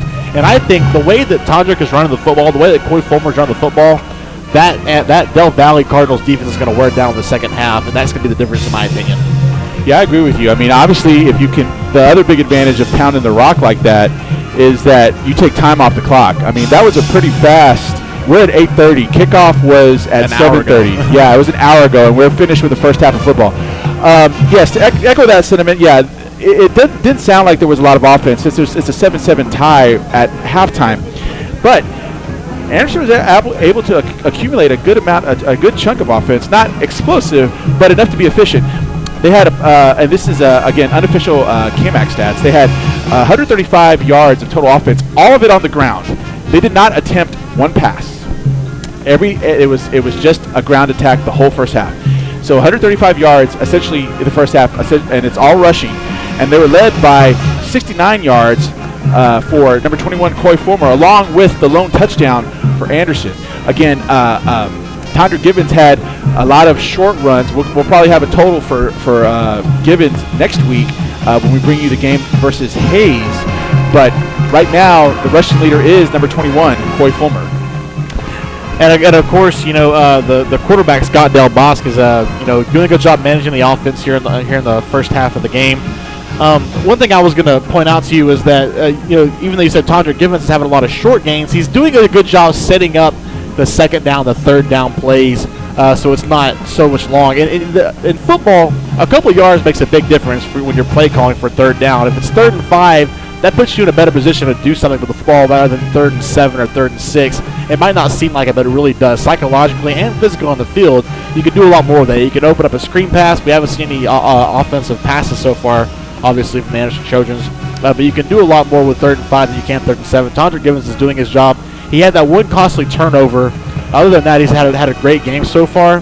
And like he said, he's wearing down the defense. And really, I think Anderson's in a better position here because, I'm not going to say Del Valle got lucky on their offense, but a lot of big chunk plays, right? A lot of big plays that Anderson can fix on the defensive side of the ball. Just, fundamentals, wrapping the guy up, stopping him for a loss, stopping him when you make contact. So a lot of fundamental things that I'm sure they're going to make adjustments at halftime.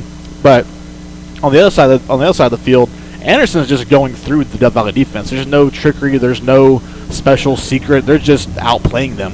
And so I think Anderson's in a better position defensively to make the adjustments and make stops in the second half. Yeah, I agree with you there, Reed. The offensive line for the Anderson Trojans is actually, being a little bit more physical than Del Valle's defense at this moment. Again, that drive would have resulted in a touchdown. Unfortunately, Condrick Givens coughed up the football there at the end, and that's going to happen.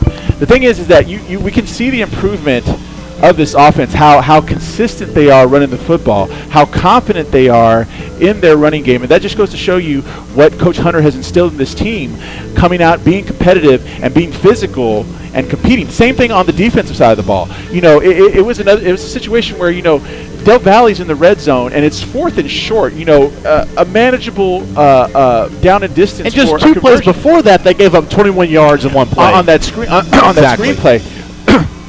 But Anderson toughened up, they became physical at the point of attack on the line of scrimmage on the defensive end, and guess what?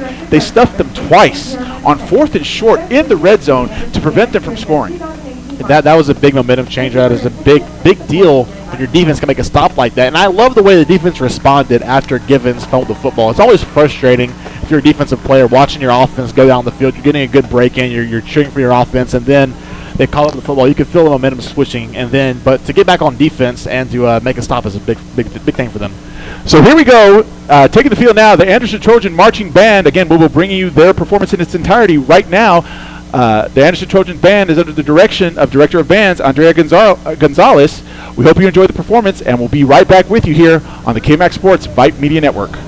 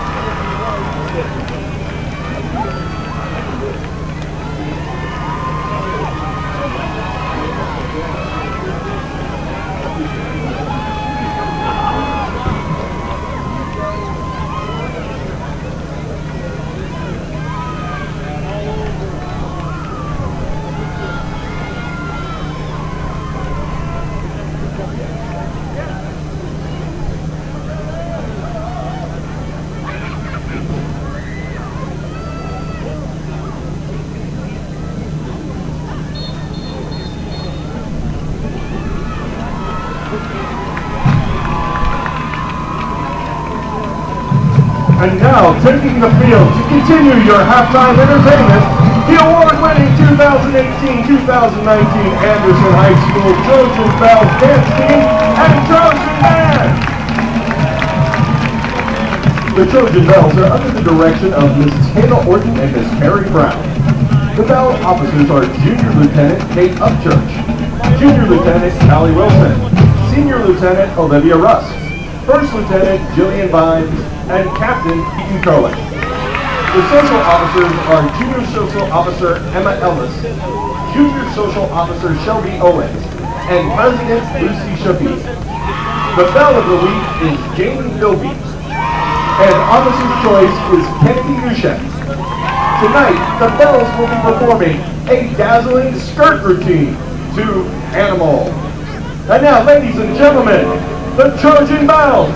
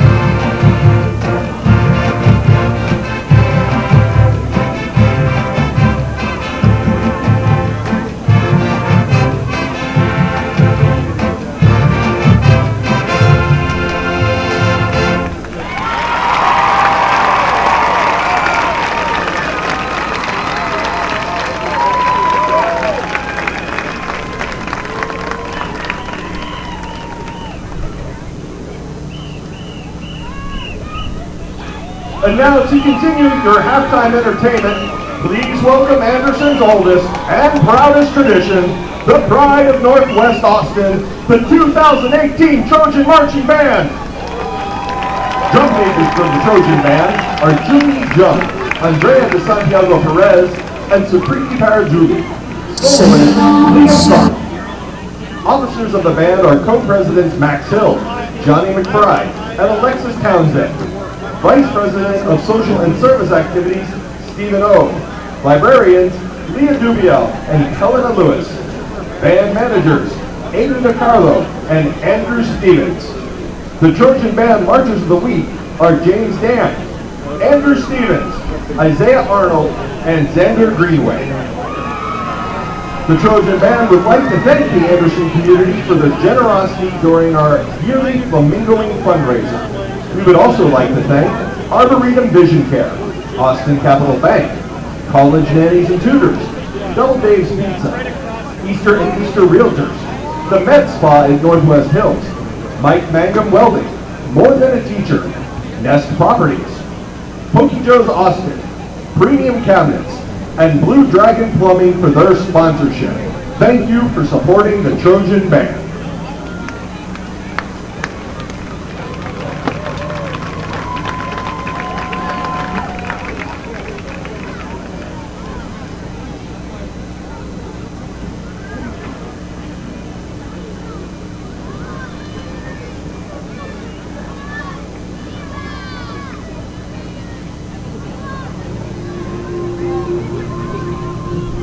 Tonight, the Trojan Band will perform their 2018 production entitled Connect Us. Ladies and gentlemen, the Trojan Band.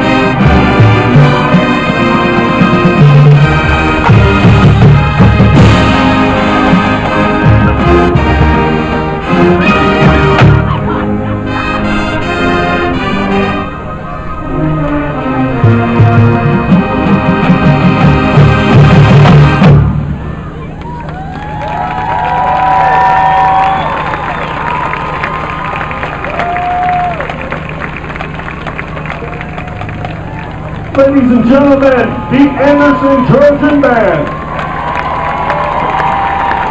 The dance star instructor is William Henry. Percussion instructor. That was the Anderson High School Marching Band under the direction of Director of Bands, Andrea Gonzalez. So we have about 5 minutes left to go in at halftime. Again, the score, Anderson and Del Valle are tied up at 7 apiece. So what we'll do is we'll go ahead and we'll take a break here, and we'll come back with second half action. You're listening to Anderson Trojan Football on the KMAX Sports Vype Media Network. Vype Media is the state's most comprehensive high school sports media outlet, covering UIL, private schools. Vype has been in Texas for over a decade. Visit their website at Vype, VYPE, and also pick up your Vype magazine today. Get in the game with Vype Media. At Austin Pets Alive, the mission is to promote and provide the resources, education, and programs needed to eliminate the killing of companion animals. That means more happy pets joining more happy families every single day. In fact, Austin Pets Alive has saved more than 25,000 dogs and cats since 2008. And you can help. Adopt a new family member, help out with a donation, or roll up your sleeves and volunteer. If you have love, time, or money to spare, and we all have at least one of those, you're needed. Visit AustinPetsAlive.com to get started. Austin Pets Alive, helping people help pets.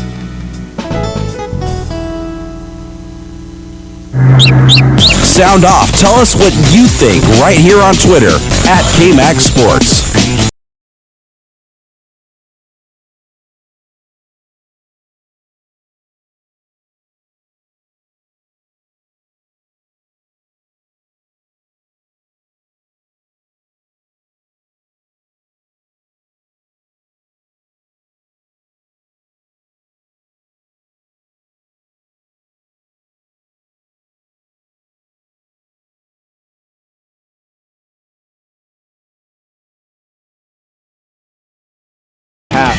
Coach Hunter elected just to kneel the ball out and come out to fight the second half. So I guess what I'm looking for, I think it's going to be more of the same. I think I see Coach Hunter going out there again, controlling the game with the running game, taking time off the clock, keeping Del Valle's athletes off the field and keeping his offense off the field and coming in and scoring. I know their goal here is to try to get that touchdown here, to get that lead over Del Valle. Absolutely, and Coach has already shown that he is not afraid to go out and do a 20-play drive and take 5 minutes off the clock.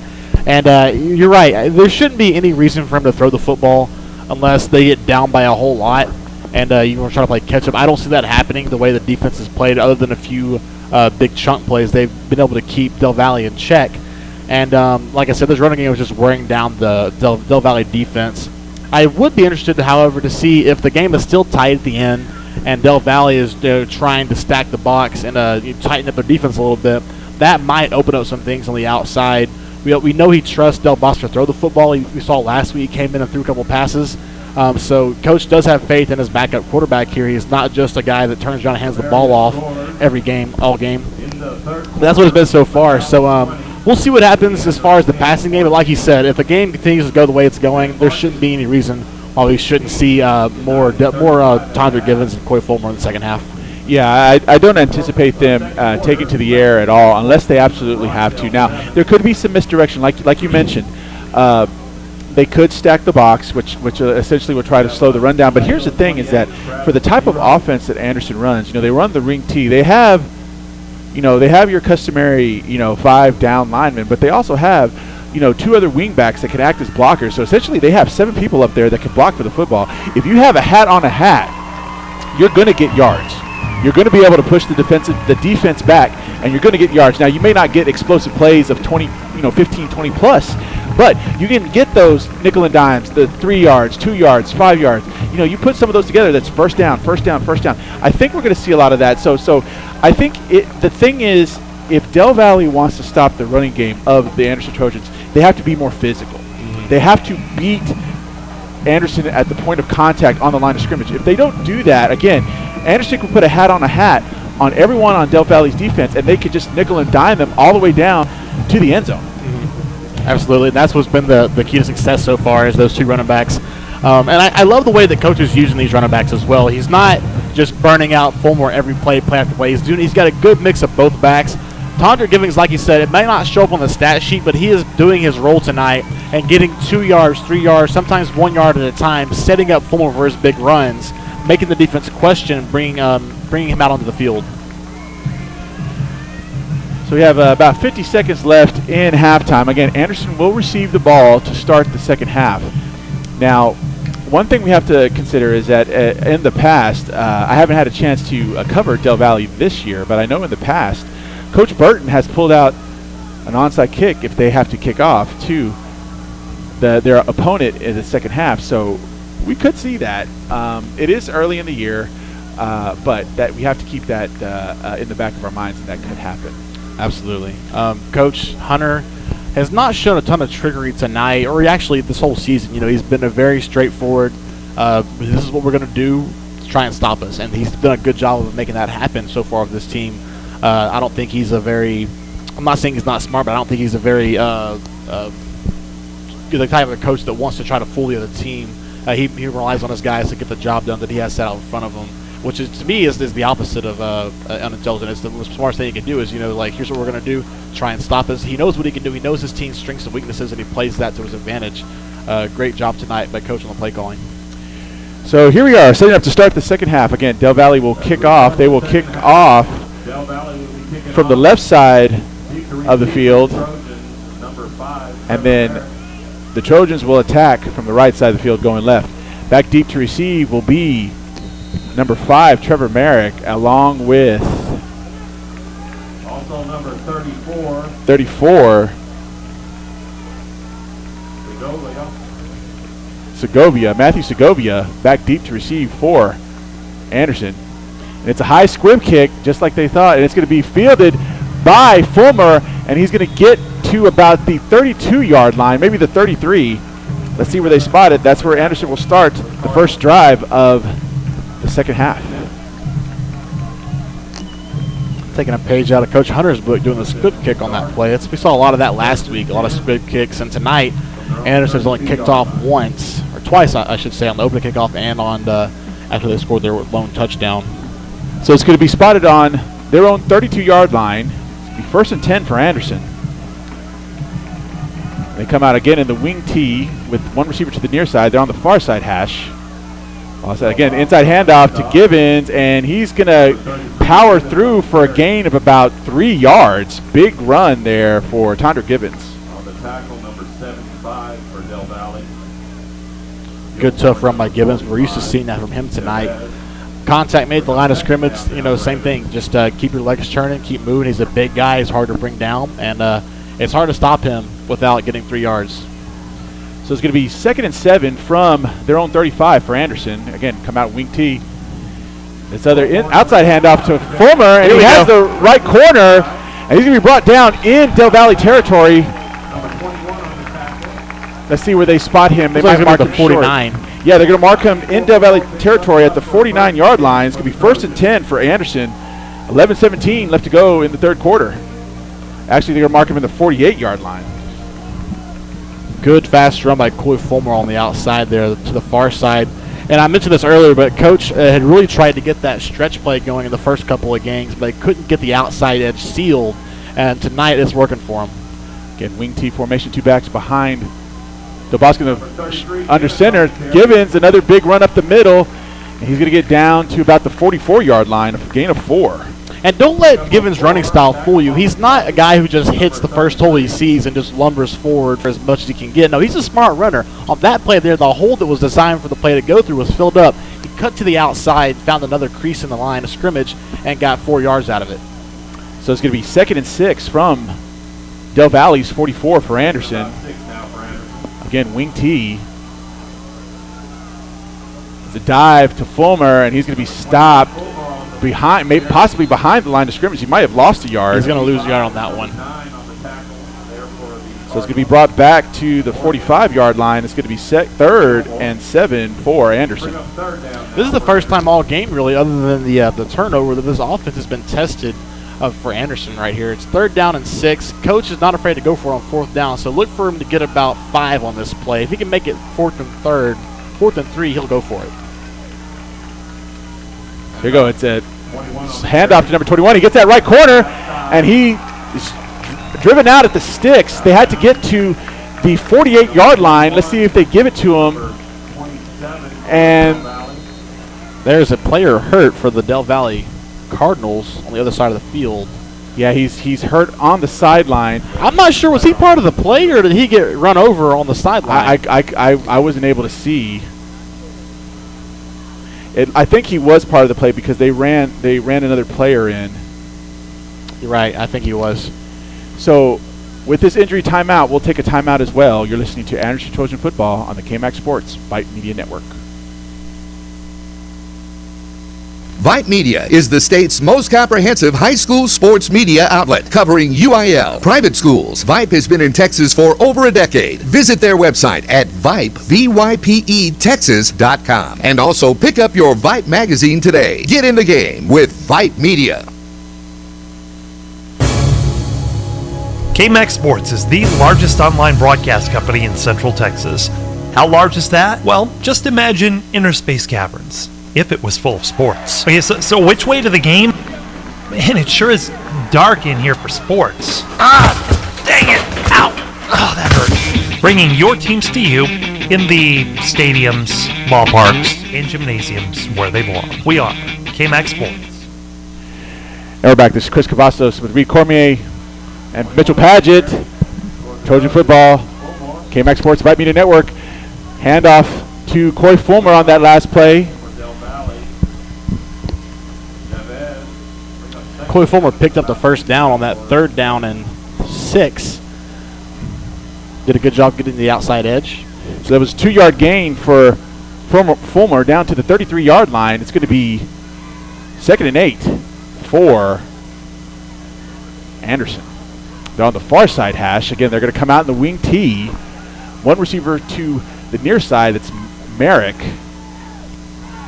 Handoff to Gibbons, powering through.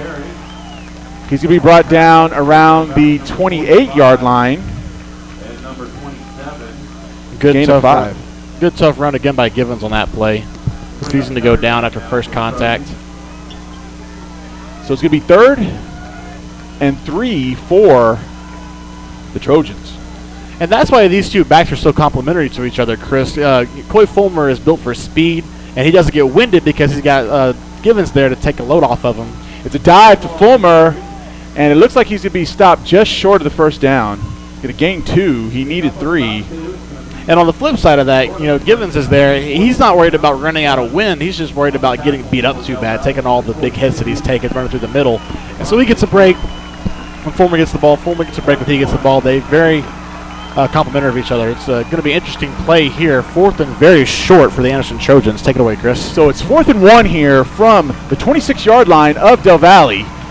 Del Valle's looking to make the same type of stop that they did. It's a handoff to Gibbons, and it looks like he might have. Let's see where they spot him. One ref has him short. The other one has him just enough for the 1st down at the mark. Let's see where they spot the ball. Ooh, and it's good. It looks like it's going to be short, and it is.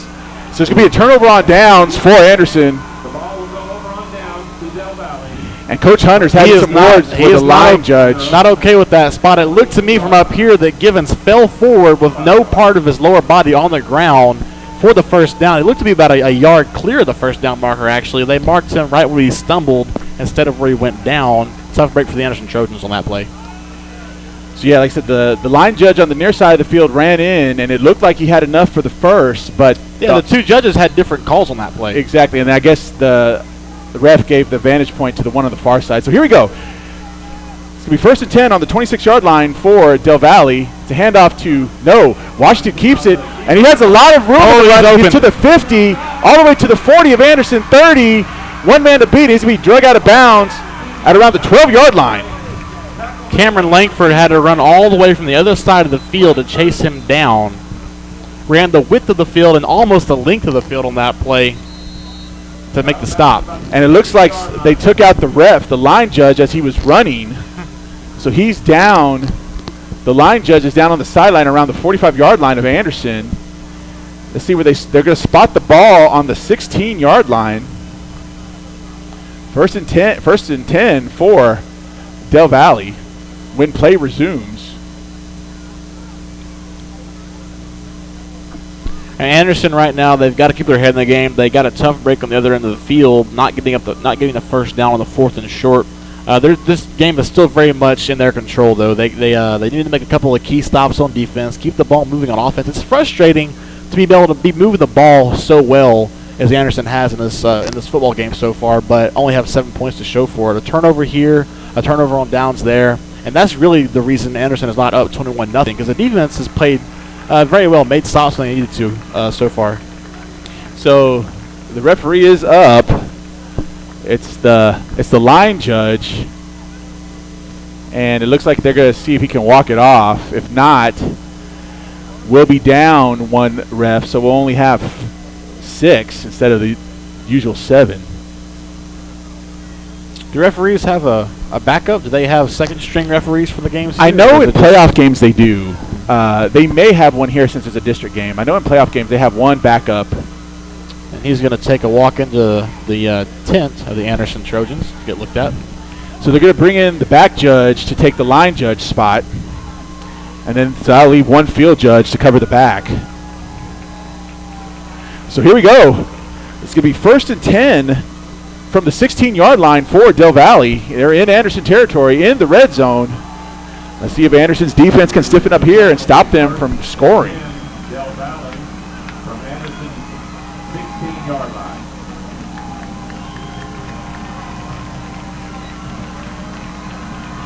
They're going to come out 2 receivers to the far side, 1 to the near side hash. That's going to be a handoff to number 2. That's Dunlap. He's going to gain about 2 yards. Good stop by number 36, Ben Perry, on that play, cutting him down after about a gain of 2 on that play. Actually, they're going to give him 4 on that play. It'll be 2nd down and 6 coming up for the Del Valle Cardinals. 2nd and 6 from the 12 for Del Valle.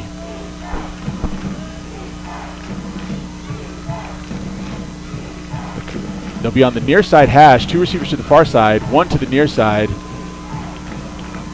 Dunlap in the backfield with Washington in the shotgun. Ball is snapped. Other handoff to Dunlap. He has a hole open in the middle, and he's going to be tripped up. But he's going to be just shy of the first down. It looks like they're going to give him 6. It's going to be very short, less than a yard.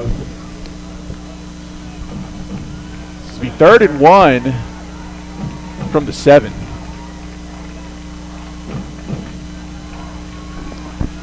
They're going to be on the near side hash, 2 receivers to the far side, none to the near side, 2 backs in the backfield of Washington. Dunlap directly behind him in the shotgun. Hand off to Dunlap.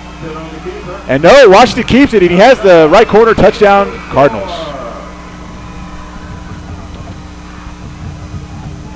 And that drive capped off with a touchdown, but the big play on that drive was the huge play by the quarterback keeper going all the way from the 25 to the 20 on the other end of the field.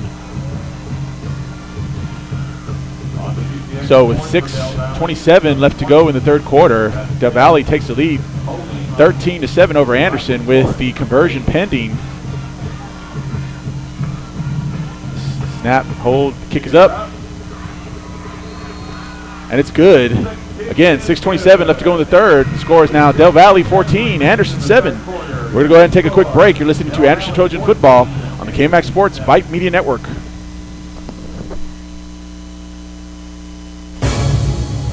KMAX Sports is the largest online broadcast company in Central Texas. How large is that? We're like the biggest, most beautiful field of bluebonnets you can imagine. Except we're not going to play sports here because they're bluebonnets. What, are you crazy? We'll get some nice pictures before we go, though. Hey kids, just sit down over there. Yeah, right in the middle of them. Smile. Perfect. Well, we'll send this one to Grandma. Bringing your teams to you since 2003. We are KMAX Sports. Sound off. Tell us what you think right here on Twitter at KMAX Sports.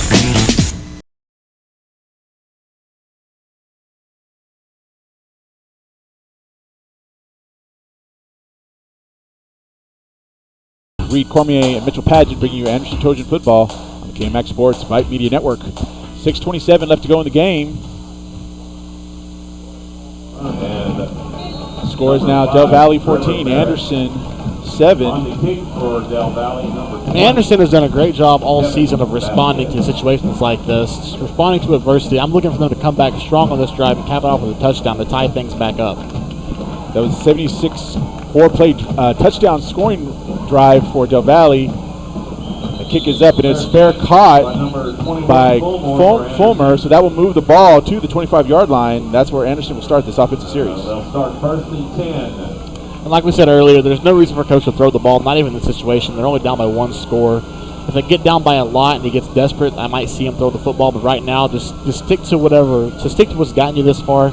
Run the football. Give it to Corey Fulmer and Tondrick Givens. They've done a great job creating lanes for themselves and getting open in the field and picking up yards after contact. I mean, yeah, it's been working. It's just been mistakes and then a questionable spot, or else they would still be on the field. And then it's a dive to Fulmer. He's actually be brought down behind the line of scrimmage. He had room on that play. If he would have got to the outside, we're looking at he might slowly run it at this point. If he hadn't been tripped up behind the line of scrimmage, he had room, just couldn't quite turn that edge. So he lost 2 on that play. It's going to be 2nd and 12 from their own 27 for Anderson.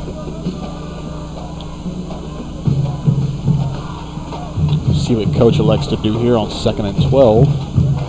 Got 5:56 left to go in the third quarter. And it looks like they're coming in a spread. Del Bosco's in the shotgun. 2 backs offset him. 2 receivers to the near side. But Del Bosco looking to pass. Here comes a rush. And it's going to be, it was intended for Fulmer, but it actually went over the head of Chris Turner.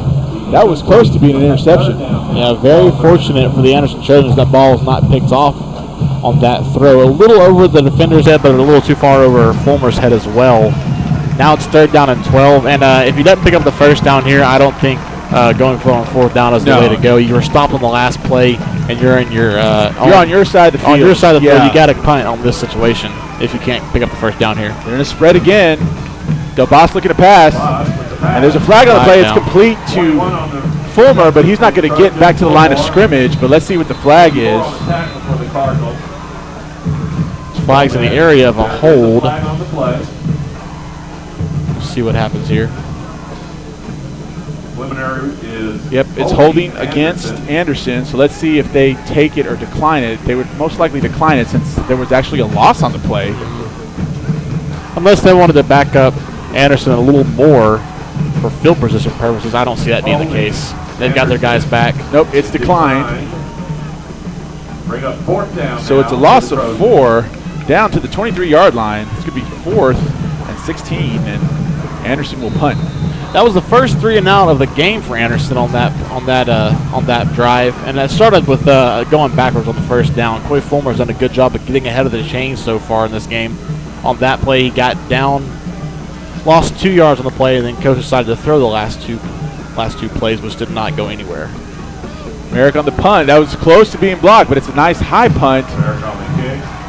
And it takes actually it's going to take an Anderson bounce on Del Valle's side of the field. They'll still have good field position at their own 42. But now Del Valle has an opportunity to come down here and to make it a 2-score lead. Let's see if the Anderson defense can stop them here and get the ball back. Yes. The defense has not had much of an answer so far for this Cardinals offense, on the outside at least. Well, if Anderson can plug these holes on the outside, they have a good chance to stop the running back every time. They're getting there, they're getting to him, but these outside tackles and these tight ends are doing a great job for Del Valle sealing the edges here in this game so far. So here's the play. And it's a ball is on the floor. Washington picks it up on the bounce. And he's actually gained a yard. Wow, that was crazy sequence. That was a crazy sequence, and luckily for Del Valle, they didn't lose it, and they actually gained a yard. 1 yard, 2nd down now and 9. Most quarterbacks would have just fallen on the ball and taken the loss, but Washington decides to pick it up and do something with it instead. Good heads-up play by him. And if you're Anderson now, it's 2nd and 9. You got a break here. You got 1 yard gained on you. They're behind the sticks. You got to make a stop. 2nd and 9 from their own 43-yard line. They come out 2 receivers to the near side, 1 to the far side, 2 backs to the backfield. His other handoff, no. Washington will keep it. And he's going to get wrapped up behind the line of scrimmage. That was number 6, Andre Jackson on the stop, first one there. And that's how you stop a quarterback who's athletic. You keep him in front of you. You don't go for the kill too early. Don't over pursue. Great job by Jackson on that play. Keeping Washington in front of him, not letting him get the edge, and waiting for help to get there to arrive. He strung the play all the way to the sideline and made the tackle. Brought him back a yard, so now it's 3rd down and 10. Yep, brought him back to the original line of scrimmage. It's going to be 3rd and 10 from the 42-yard line for Del Valle. Del Valle comes out, 2 receivers to the far side, 2 to the near side. They're going to pass here, Chris. Yep, Dunlap in the backfield with Washington in the shotgun on the near side hash. Now Washington's looking to pass, and the pass is complete to number 5, and he has enough to the first down for the first down. He's going to be brought down in Anderson territory. You can't have that, Chris. He had 3 guys in front of him. You got to break down and make a tackle the way he did the previous play. On that time, that possession, that play, the receiver caught the pass 7 yards deep. He had 3 yards to go, and 3 defenders in front of him could not bring him down.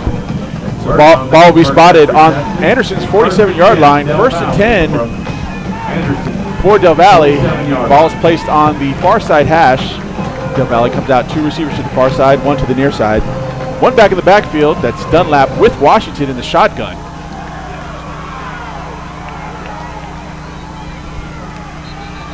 And there's flags on the play. Like I say, it looks like it's going to be false start against Del Valle. Early movement, line of scrimmage. There's 3:26 left to go in the 3rd quarter. Del Valle on top of Anderson, 14-7. Dead ball. Legal procedure on Del Valle. And this is where Anderson has not been able to take advantage on plays like this, on plays that are 3rd and long, or 1st and long, actually, backing up. They can't take advantage of the penalties that are getting called on Del Valle, and they have to do that. It's 15 yards to a first down. Make 3 stops in a row. Don't let them get 15 yards. You can do that. They can do that as a unit. I've seen them do it. They have to bow up here and make a stand and not let them slice through them again. So it's going to be 1st and 15 from their own 47. Del Valle comes out from the far side hash, 2 receivers to the near side, 1 to the far side, 2 backs to the backfield. Washington to pass, and it's complete to number 10, and there's a flag on the play. He's going to be brought down around Anderson's 49-yard line, but let's see what the call is here. 4 yards on the catch will be negated by a block in the back. This will be a block in the back, so it's going to actually move them back 10 to the 37-yard line. And again, you have to take advantage of these long downs if you're Anderson. You can't let them make up 20 yards on you in one play like they did early in the 1st quarter. This is how you make stops. Sometimes you make stops with your physical presence, your defense. Other times, you have to take advantage of the other team making mistakes. And right now, Anderson has to do the latter. Del Valle all the way back to their own. It'll be a 15-yard penalty, not a 10-yard penalty. So it's going to be 1st and 30. Down on their own 33. Make no mistake, this offense can gain 30 yards in 3 plays, but Anderson has to keep them doing that. So here we go. 1st down 30 from their own 33. Del Valle looks to pass. It's that screen pass, but nope. Ooh, big hit by Andre Washington. Number 7 for just a 1-yard gain. Andre Jackson, and he looks down. And he is down. And that would be a crushing blow to this Anderson defense if that's the case.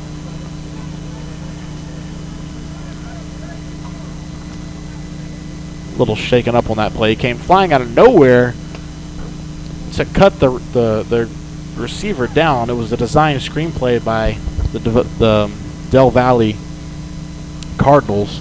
Good execution. The defensive line did not over-pursue, and Andre Jackson came flying down the middle, made the stop, but now he was down on the field being tended to by the medical staff. And while they're tending to him, we'll take a quick break. You're listening to Anderson Trojan Football on the KMAX Sports Vype Media Network.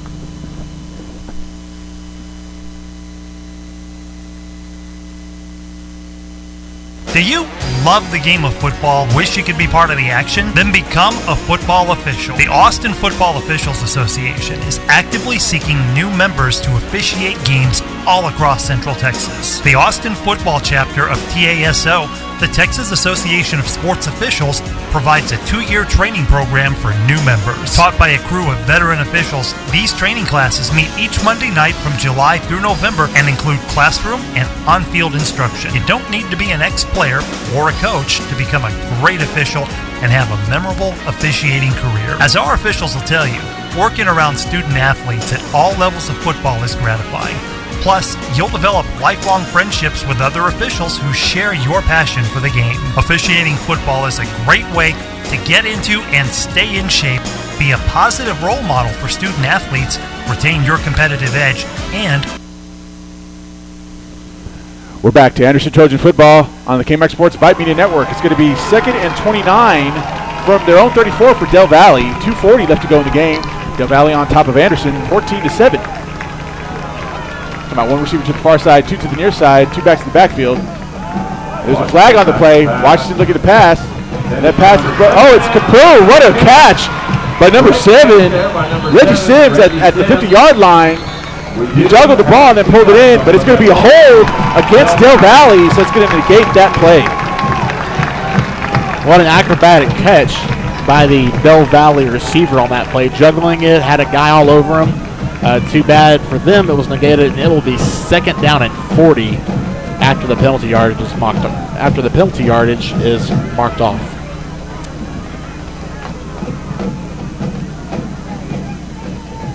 Let's see, Coach.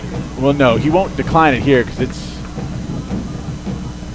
Yeah, I mean, it's 10 yards one way or the other. It was a 10-yard gain, or you're going to make it for a 10-yard loss and just keep the down. I would keep the down and back him up 10 more yards.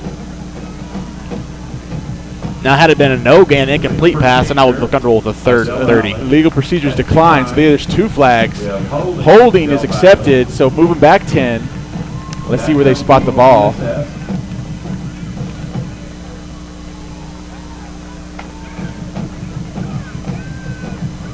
And as a defense, it's very, very, very tempting to get on your heels in this position whenever you got 40 yards behind you till the first down marker. But you got to stay aggressive. You can't let these guys get behind you because they will burn you if they do. So stay aggressive. Don't let up. Don't try to prevent defense here. Prevent them from getting the first down. Prevent them from getting any yards if you can. So it's going to be 2nd and 40 from their own 23-yard line for Del Valle. Come out into the near side hash, 2 receivers to the near side, 1 to the far side, 2 backs in the backfield. Washington in the shotgun, ball is snap. Washington looking to pass. He has number 7 open in the middle. Actually, it's complete to number 5, and he's going to fall at the 40. Tackled by number 14 for Anderson. Addington to bring up 3rd down now. So the ball is going to be spotted at the 39-yard line. Anderson absolutely getting no pressure on the quarterback on that play. They're dropping everybody else back in coverage, rushing 3. No pressure on the quarterback. Like I said, they're playing that defense where they're getting back on their heels. So it's 3rd and 25 now, or 3rd and 29 for Del Valle.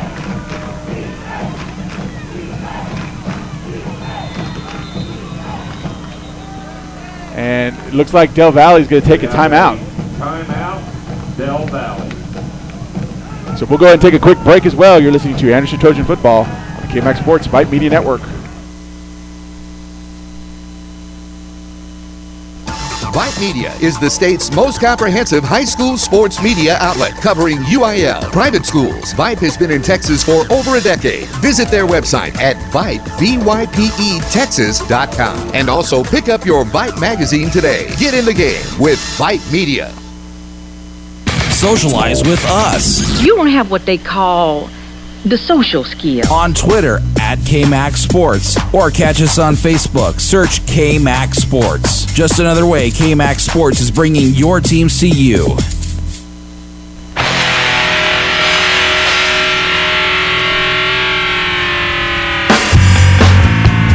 And we're back. This is Chris Cavazos with Reese Cormier and Mitchell Padgett, bringing you Anderson Trojan Football on the KMAX Sports Vype Media Network.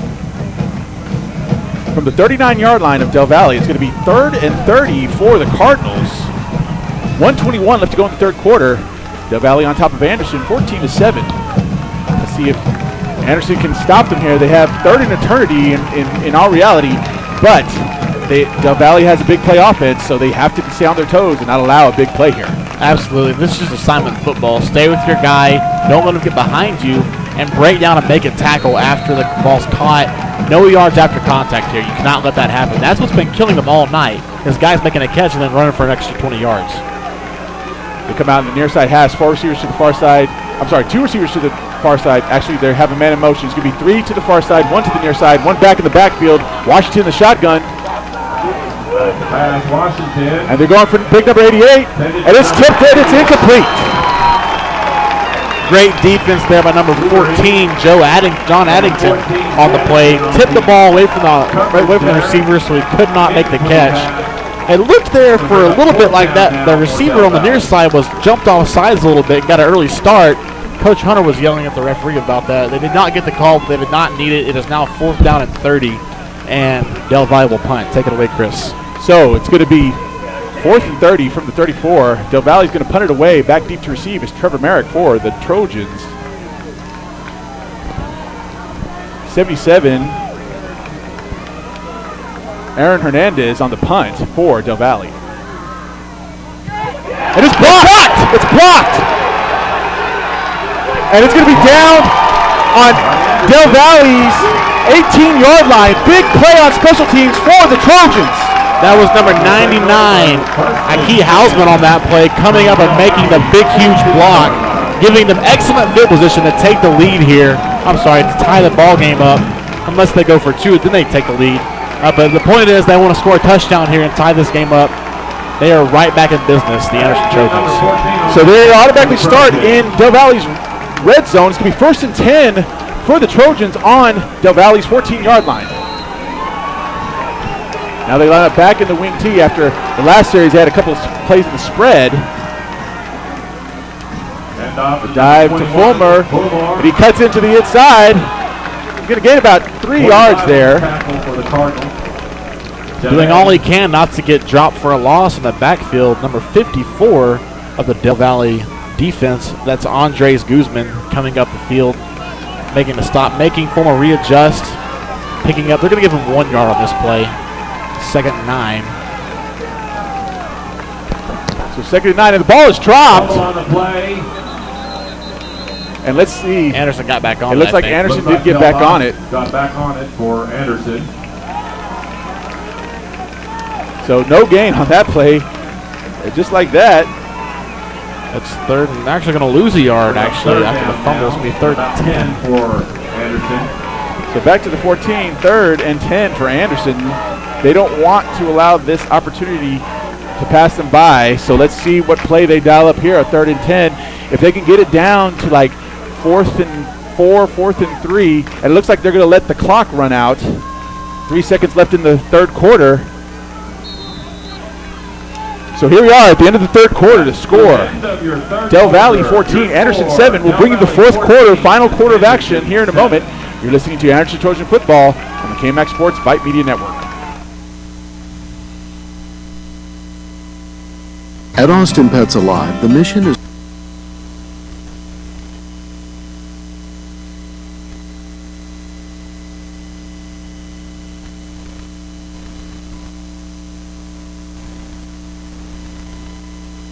At Austin Pets Alive, the mission is to promote and provide the resources, education, and programs needed to eliminate the killing of companion animals. That means more happy pets joining more happy families every single day. In fact, Austin Pets Alive has saved more than 25,000 dogs and cats since 2008. And you can help. Adopt a new family member, help out with a donation, or roll up your sleeves and volunteer. If you have love, time, or money to spare, and we all have at least one of those, you are needed. Visit AustinPetsAlive.com to get started. Austin Pets Alive, helping people help pets.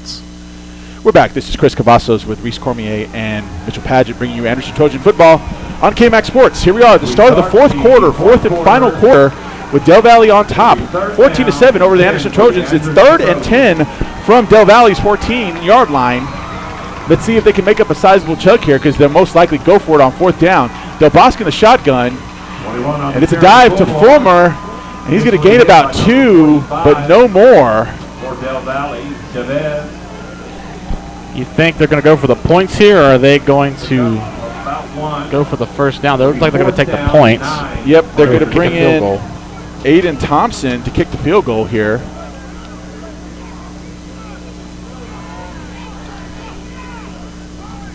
About a 32-yard attempt for the kicker. It's going to be 4th and 9 from the 13, but Anderson will kick here. And they're running out of time. They're going to have to burn a timeout here, and it looks like that's exactly what they're going to do. This is the first time they've had their field goal unit out there, so they're a little bit discombobulated. But they take a timeout to organize everything. We'll take a quick one as well. You're listening to Anderson Trojan Football on the KMAX Sports Vype Media Network.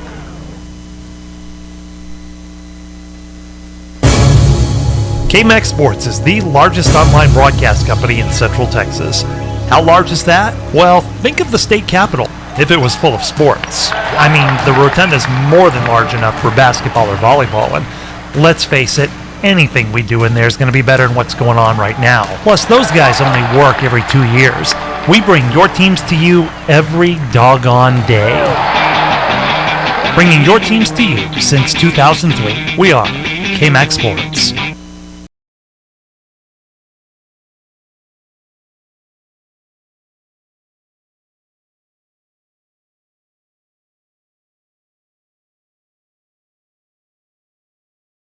Reed Cormier and Mitchell Padgett bringing you Anderson Trojan Football on the KMAX Sports Vype Media Network. So from the 13-yard line, Anderson will attempt a field goal. Number 62, Well Nesser on the kick. There's a snap. Kick is up. And it's good. So with 11:09 left to go in the fourth quarter, the score is now Del Valle 14, Anderson's 10. We'll go ahead and we'll take a quick break, and we'll come back and bring you the rest of the fourth quarter. You're listening to Anderson Trojan Football on the KMAX Sports Vype Media Network. Socialize with us. You don't have what they call the social skill. On Twitter at KMAX Sports, or catch us on Facebook. Search KMAX Sports. Just another way KMAX Sports is bringing your teams to you. Hey Booster parents, Get Involved is a new all-in-one tool that helps you raise funds, sign up volunteers, collect items, and promote your event or cause. It's never been so easy to get so much done. Forget the multiple volunteer, fundraising, and sign-up lists. It's now all-in-one. Get involved today at getinvolvedco.com. That's getinvolvedco.com.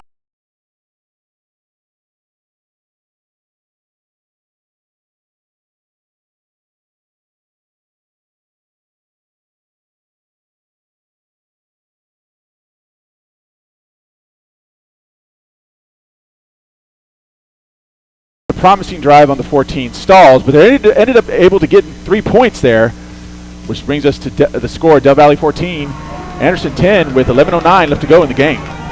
So Anderson will kick off to Del Valle. Back deep, Sims to receive Del Valle. It's a squib kick. Up by number 3 for Del Valle, Lopez. Lopez is still on his feet, and he's going to be brought down On the tackle for Anderson. around the 25-yard line. Let's see where they actually spot it. They might give him forward progress.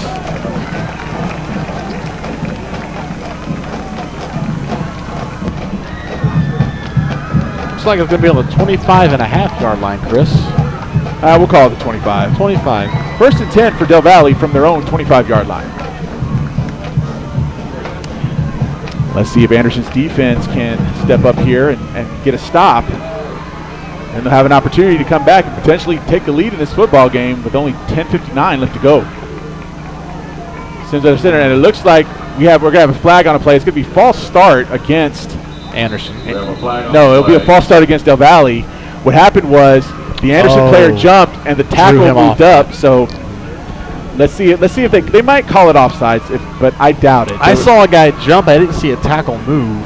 If it was false start, the play would have been blown dead. No, they did call offsides, correct. So usually on a false start, the play is blown dead. They let the continuation happen on that play, did not blow the whistle because the defender jumped off sides.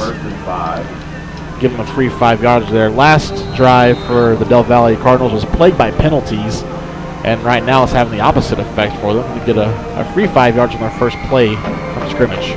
So it's going to be 1st and 5 from the 31-yard line of Del Valle for the Cardinals. Again, Washington under center.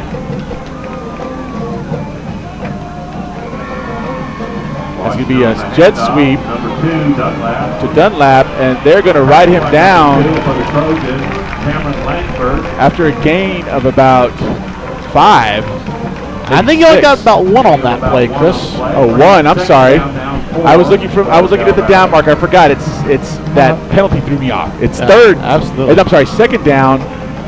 The ball is going to be spotted on the 44-yard line. Good job by number 2, Cameron Langford, coming across the field to make the stop, not allowing Dunlap to get any more yards after contact. Good job wrapping up and bringing them down. Actually, the 34-yard line. So it's going to be second and 2. A big size mismatch on the far side, a wideout. And Washington's going to keep it. He cuts back, and he's going to just make the marker. Number 32 for the Trojans. He had to get to the 37-yard line for a first down. It looks like he got enough for the first down. That's enough for a first down. 1st and 10, Del Valle. Good run by the quarterback there, getting to the outside edge. Not necessarily turning up the edge, but getting just enough depth through that line of scrimmage penetration to get the first down, moving the chains. 9:23 left to go in the game. Could be 1st and 10 for Del Valle at their own 37-yard line. They come out again. Washington under center. It's a handoff to Dunlap. He's going to be stuffed behind the line of scrimmage. No, he's still on his feet. But no, Velez will come and clean him up. Oh, got to be careful here on the field. And a flag is thrown. Let's see, there's a flag thrown in the backfield. That was a huge stop for Anderson, but let's see what this flag is. If it's against Anderson, it negates that tough defensive stand. Let's see what the call is. Dead ball foul. Unsportsmanlike conduct against Anderson.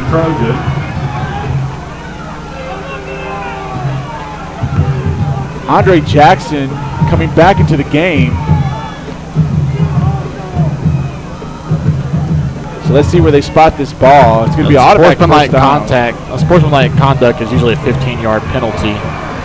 So it's going to move the ball all the way down to the 43-yard line. 43-yard line of Del Valle. 1st and 10 for Del Valle. You got to be more disciplined than that, Chris. You can't let other players get in your head. You got to stay focused. And what would have been a great setup for the Anderson defense, a 2nd and long, is now a 1st and 10 near the 50-yard line.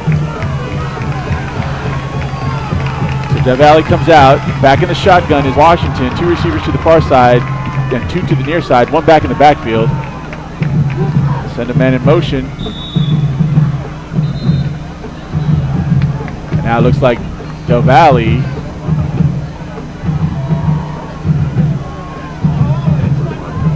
Okay, so what's going on here? Did Del Valle call a timeout? No official timeout has been made so far. So there it is. Timeout Del Valle. So we'll go ahead and we'll take one with them. You're listening to Anderson Trojan Football on the KMAX Sports Vype Media Network.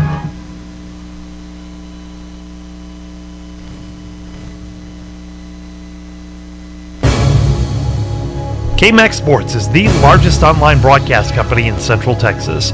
How large is that? Well, just imagine inner space caverns, if it was full of sports. Okay, so which way to the game? Man, it sure is dark in here for sports. Ah, dang it! Ow!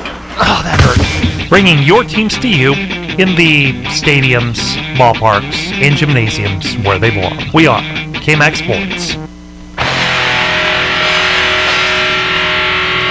And we're back. This is Chris Cavazos with Lee Cormier and Mitchell Padgett bringing you Anderson Trojan Football on KMAX Sports. So it's going to be 1st and 10 from their own 43-yard line for the Cardinals. They come out far side hash, 2 receivers to the near side, 1 to the far side, 2 backs in the backfield with Washington in the shotgun. And Washington's going to keep it, try to get that left side. He shakes 1 tackle. He cuts up the back up inside. He's going to get down to Anderson's 48-yard line for a gain of 9. And it's really easy to over-pursue a quarterback like Washington, who's very fast, very elusive, and makes really quick cuts. Got good lateral speed. You got to break down in front of him and not let him get around you. Wait till help has to arrive if you have to. But that time he makes a couple of really quick cuts, gets around a couple of defenders, and picks up 9 yards. 8:05 left to go in the game. Again, Del Valle on top of Anderson, 14-10. But they're on the move now. they're in Anderson territory. So Del Valle will come out in the middle of the field. One receiver to the far side, two to the near side. Two backs in the backfield. Washington the shotgun. Hand off to Dunlap. He has a spin move. Gets out to the left side, and he's going to be brought down on the left sideline, down around the 40-yard line for a first down. Gain of 10 on 8.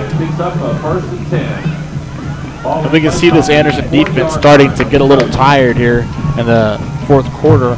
I thought for sure the Del Valle defense would wear it down first, but it turns out that the Anderson defense is getting a little gassed here. They're over-pursuing, trying to keep up with this really elusive quarterback and this really fast running back in number 2, Dunlap.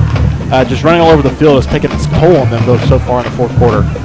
So 1st and 10 from Anderson's 40-yard line for Del Valle. 7:16 left to go in the game. So the handoff to Dunlap. He's going to be strung out, and he's going to get back to the line of scrimmage, but no more. So a run of no gain there for Dunlap. That's number 2, Cameron Langford on the stop, stringing him out all the way to the sideline and forcing him out of bounds. Actually, they're going to give him a loss of a yard. So it's going to be 2nd and 11 from the 39-yard line. And this is a very big defensive series for Anderson. They're down by 4 points. They have to make a stop here. If they go up back, if Del Valle goes back up by 2 scores, it's going to be very hard to come back. So here we go. 2nd and 11 from the 39-yard line of Anderson for Del Valle. They're going to have 3 receivers to the far side, none to the near side. Near side hash, one back in the backfield. Washington takes off, tries to get that right side, and they come up, and they're going to string him out, and it's going to be a sack.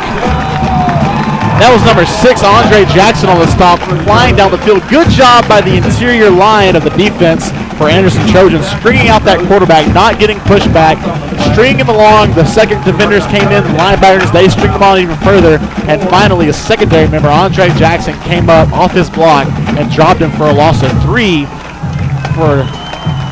Now it'll be 14 yards for the first down on 3rd down here. Big, huge play. Take it away, Chris. So it's going to be 3rd and 14 from the 44 of Anderson. Let's see if Anderson can get a stop here. So it's the handoff to Dunlap. And he's going to be tripped up at the line of scrimmage for no gain. Great job, number 17 on that play. That was Jack Finken coming up and making a stop. So Del Valle will punt here. Big time stop for Del Valle. For Anderson. This punt will play a huge part in field position here. If the ball rolls into the end zone, they'll get the ball on the 25. If it is fielded, I'm taking off running. I'm not going to call a fair catch. I want the ball as far as I can upfield if I'm Anderson. Andre Jackson back deep to receive for Anderson. They had the last punt. Look, here they come. And it's blocked again! And let's see if they can scoop and score. No! So it's going to be brought back down. Either way, it's Anderson's football. It's Anderson's football because Anderson never had possession. It was 4th down, so whoever recovers it, it's still Anderson's ball. So they're going to be in prime position to score. The ball will be down on the 27-yard line of Del Valle after that block. And that time, it looked like it was number 36 or 38. Yes, number 38 for Anderson. That would be Sincere Turner on the block, coming up with a huge special teams play, putting the offense in prime position to win this football game with 5.5 to go. They're actually going to be on Del Valle's 26. 1st and 10 for Anderson. Hand off to Fulmer. He cuts back. He has a little hole in the middle, and he's going to be brought down around the 19-yard line for a gain of 7. And you know, sometimes when you're playing a powerful offense like Del Valle, they say you can't score too fast. That's hogwash. Just score. Get the ball in the end zone and try to go up by 3 points if you can here. So it's going to be 2nd and 3 for Anderson from Del Valle's 19. Hand on to Gibbons. He's going to be upended after a gain of about 1. Looks like they're going to give him the first down on that play. No, it looks like he's going to be. They're not. Give him 2. They're going to 3rd down. 3rd and 1. The clock continues to run. 4.5. The clock is no enemy of Anderson at this point on their own 18-yard line. 17-yard line, I apologize. 17-yard line. Hand off to Fulmer. And it looks like he's not going to get be close. It's going to be right at the line of scrimmage. He needed the 16 to get the 17 to get the first down. So we have an official's timeout now. Another referee is down. Oh, no, I'm sorry. That was Givens getting back up after the. So they're going to measure here. We have 4:13 left to go in the game. It was 3rd and 1 from the 17 for Anderson. What looked like a run by Fulmer for no gain may actually be enough for the first down. We'll see where the measurement leads. He was met at the line of scrimmage by a defender, shook him off, and went forward for a little bit. It's enough for a first down. And they got it. First down, Anderson. The clock will continue to run. 4:13 left in the 4th. First down, Trojans. So it's going to be 1st and 10 from Del Valle 16 for Anderson. Actually, yeah, 16-yard line. It's like 15 and a half, more like it, but they'll call it 16. And the clock's going to start to run. 4:12 left to go in the game, and Anderson in the red zone threatening. 1st and 10. The dive handoff to Fulmer, and he's going to be tripped up behind the line of scrimmage. He's going to lose 4 on that play. Tough break for Anderson. 75 shot in there for Del Valle. That's Jalen Gilmore. Big stop there to cull this momentum. Loss of 5, actually, is going to bring it back to the 21-yard line. So it's going to be 2nd and 15 now. These stretch plays for Anderson that were going so good in the first half have kind of slowed down for him a little bit. That's where their bread and butter was. They were getting 15, 10 yards a pop on those plays. They got to get back to that. It's a dive to Fulmer. No, it's a pass by Del Valle. Wide open! Touchdown, Trojans! The very first pass attempt of the game for Anderson is a touchdown. A perfect passer rating for Del Valle tonight. What a night he's having. A 21-yard touchdown pass from Scott Del Valle to Trevor Merrick, and Anderson's on top for the first time tonight. Great play design by Coach Hunter on that play. It was not spread out. It was a very tight offense. You're thinking Givens up the middle or forward to the outside. They've been doing all night, but no. Merrick slipped through the middle of the play, got behind the defense, split the 2 defenders, and Del Valle pulled the ball back from the draw and jumped it over the middle. Great placement, great catch. Now let's see if they can tack on to their 2-point lead here. There's a flag on the play. It's probably going to be false start against Anderson. No, it's a delay of game. The clock ran out. A little too much celebrating. So here's the thing, is that if they can't convert this conversion here, they're down by 2. They're down by 2, and Del Valle has some kickers on that sideline. I saw them warming up. Exactly. Yeah. They could get a field goal range and win this game with a field goal. So let's see. They really need to get this conversion here. There's a snap. They jumped off sides. Yeah, there's a flag on the play. It looks like they did jump off sides. So Del Valle jumped off sides. They blocked the kick, but they will not. That will not count. They'll get to redo it.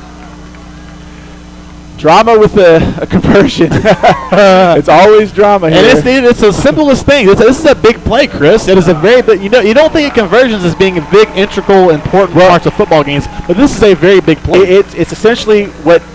I mean, a lot of factors were in that Taco Shack Bowl, but essentially what potentially caused them the loss. Exactly. They could have gone into extra football time against McCallum, but because they weren't able to convert on one of their conversions, they ended up losing to McCallum by 1 point. So this is to preserve a tie if Del Valle were to get in field goal range on their next possession and kick a field goal. The snap. Kick is up. There's another flag on the play. And it's good, but there's another flag on the play. And this conversion's taking longer than the drive did, Chris. Exactly. So let's see what the call is here. Chop block, offense. So that's going to move them back 15 yards. Wow. That'll be a 15-yard penalty. So now we'll do it again. You're right, Reed. I think, this conversion attempt is taking a heck of a lot longer than the drive did. Exactly, Chris. It's crazy. I'm not sure how much leg number 52, Dan Jung has. It's going to be tested here on this. They just have to get it through. Attempt. Del Valle has it loaded on the right side. The kick is up, but it's going to be way short. There's another flag on the play. There's another flag on the play. Roughing the kicker, I think, is what the call is going to be. So look at another shot here on this conversion attempt. Yeah, it's against Del Valle. No, it looks like it's going to be against Anderson. Kicker trotting off the field. Yeah.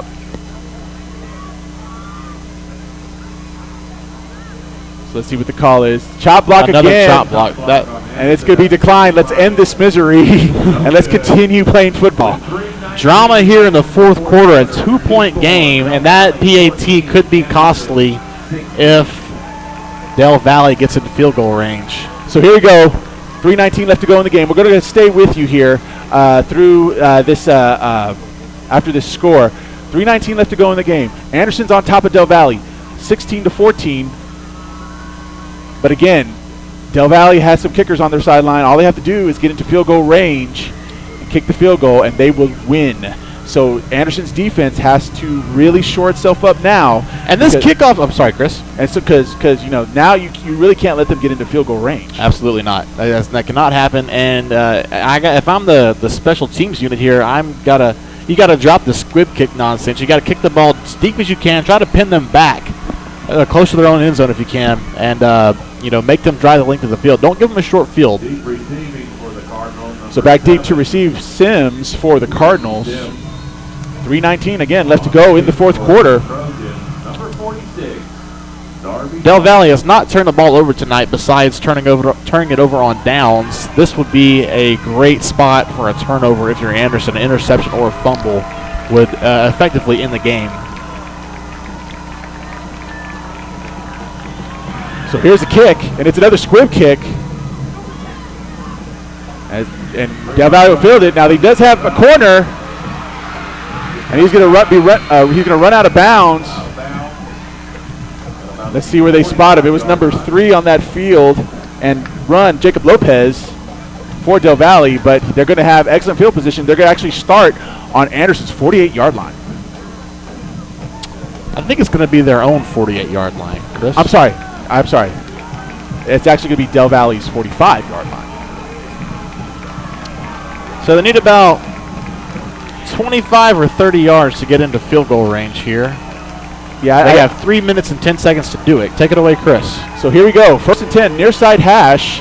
1 receiver to the far side, 2 to the near side, 2 backs in the backfield for Del Valle. It's a handoff to Dunlap, but he's going to gain 2 yards down to the 47-yard line. It's going to be 2nd and 8 for Del Valle.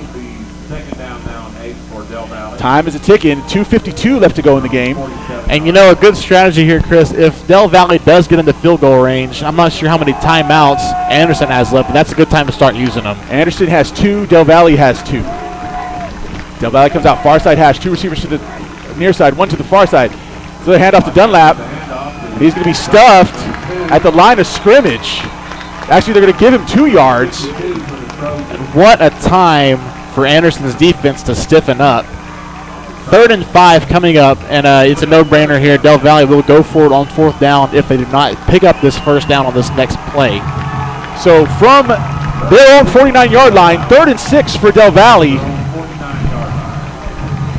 Anderson needs a big stop. Actually, they probably need 2 stops here.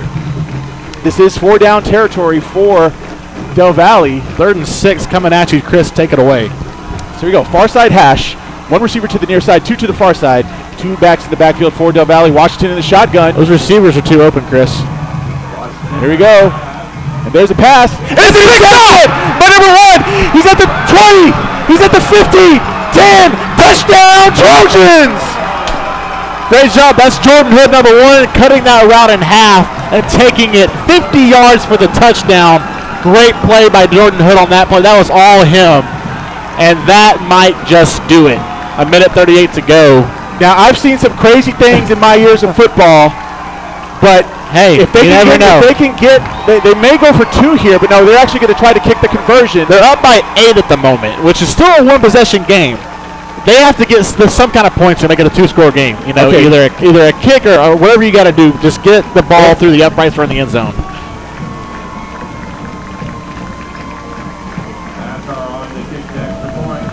So here we go. Here's time for the conversion. Here's the snap, the hold. The kick is up. And it's good. So with 1:38 left to go in the game, the score is now Anderson 23, Del Valle 14. It's a 9-point lead. So it's a 2-score game. We're going to go ahead and stay with you here till the end of the game. 1:38 left to go. And just like that, Anderson's in control. And Chris, I don't want to take too much credit, but I did say they needed a turnover. If there's any point in the game they needed a turnover, it would be that drive. They got it, and Jordan Hood does not feel like waiting on his offense to put him back up or to score. He took it upon himself to take it 50 yards into the end zone, a pick 6 for the star cornerback Jordan Hood, number 1, who has played phenomenally these last 2 weeks on defense for Anderson. Amazing how this game turns around thanks to turnovers. And now Anderson's going to control. Now you know they're going to come out and they're going to try to get the squib kick here to try to have the ball roll on the ground and waste, run some time off the clock. But again, Del Valle's offense is explosive. They still have to play sound defense. Absolutely. The last thing you want to do is get lackadaisical here, start celebrating too early and let them fool around and score with about a minute left, because then they can get an onside kick and they're right back in business. So here we go. 1:38 left to go. Anderson on top, 23-14 over Del Valle. And here's a squib kick again, and Anderson's going to take a timeout. Coach Hunter saw something he didn't like. He's going to talk it over right quick with his troops. So we'll go ahead and we'll take a timeout as well. You're listening to Anderson Trojan Football on the KMAX Sports Vype Media Network.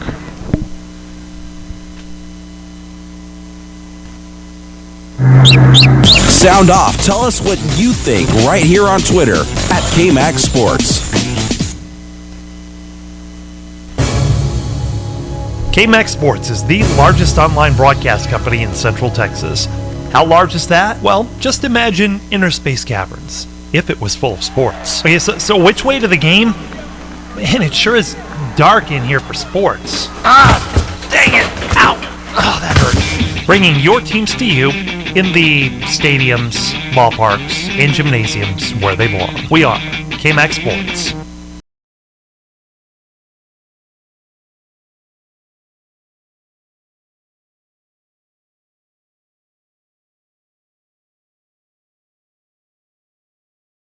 Bringing you Anderson Trojan Football on KMAX Sports, Vype Media Network. So here you go, 1:38 left to go in the game. Anderson on top, 23-14 over Del Valle. And they're going to kick off.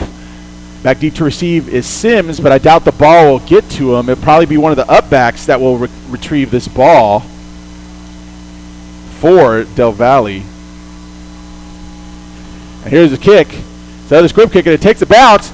It bounces back to the first guy, and it's fielded. Ooh, big hit. And the ball is out. Ball is out. But Anderson's saying touchdown, but the referees are signaling that the runner was down. Yeah, the forward progress ended, so that's pretty much ends the play. So the ball will be on Del Valle's 34-yard line. That's where they'll start this offensive series. Big hit by number 19, George Cruft, on the play. Kickoff coverage team stopping the run at the 34-yard line. 1:27 left to go in the game. Del Valle does have 2 timeouts here, so let's see what they try to cook up. They did come out and were relatively successful with an empty set formation, 5 receivers, and it looks like they're going to come out with a 4-receiver set, 2 receivers to each side. Dunlap and Washington in the backfield. And they're going to say start the play clock. That's what that pumping motion means. So here we go. 1:27 left to go. Near side hash for Del Valle. Ball is snapped. Washington look at the pass. And it's dropped. It was intended for number 5, Burton. Caleb Burton on the drop. And he had room to run as well. He got around the defender. He had a safety behind him. Lucky break for Anderson Trojans there. To 2nd down and 10. So 1:21 left to go now in the game. 2nd and 10 from their own 35 for Del Valle.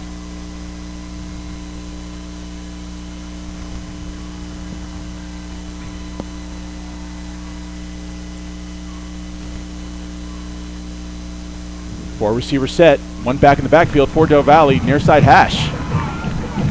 5 seconds on the play clock. Ball is snapped. Washington again looking to pass again. And it's caught. He'll be down at the 50-yard line. It's enough for a first down. Big hit by number 20 for Anderson Trojans. That was Jackson Green. Clock is continuing to run. 1:11 left to go. 1st and 10 from the 50 on the near side hash for Del Valle. 4 receiver set, one back in the backfield. Washington looking to pass again. And he's going to be out of bounds. He caught the ball in the air. Then that was number 38 on the play, shoving him out of bounds before he could get his feet in bounds. That's Sincere Turner. Sincere Turner carrying him out of bounds, which means it's incomplete. It's going to be 2nd and 10. 1:01 left to go in the game.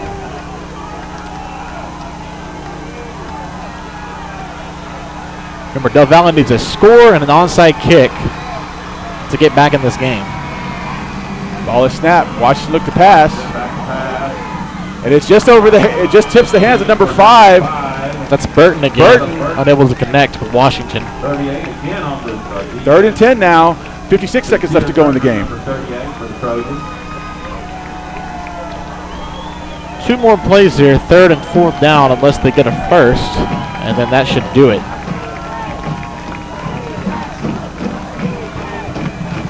But like you said, there's been some crazy finishes before. So they'll be on the near side hash. 4 receiver set, one back in the backfield. Washington looking to pass again. He goes up the middle, and it's intercepted! Number 2 for Anderson. Cameron Langford, he's still on. He's at the 40, 30, 35, and he's going to be brought down. And there's a flag on the play, but that's after the interception. It will be Anderson's ball. Great play by Cameron Langford on that possession. There's 2 fouls on the play. Intercepting the ball. This is interesting. What's going to happen here? Well, it's going to be Anderson. Fouls are after the play. They're right? after the interception, so it will be Anderson's football. This is all pretty much window dressing. This game is wrapped up. All Anderson has to do is take a knee from wherever spot on the field they happen to be. Let's hear the call.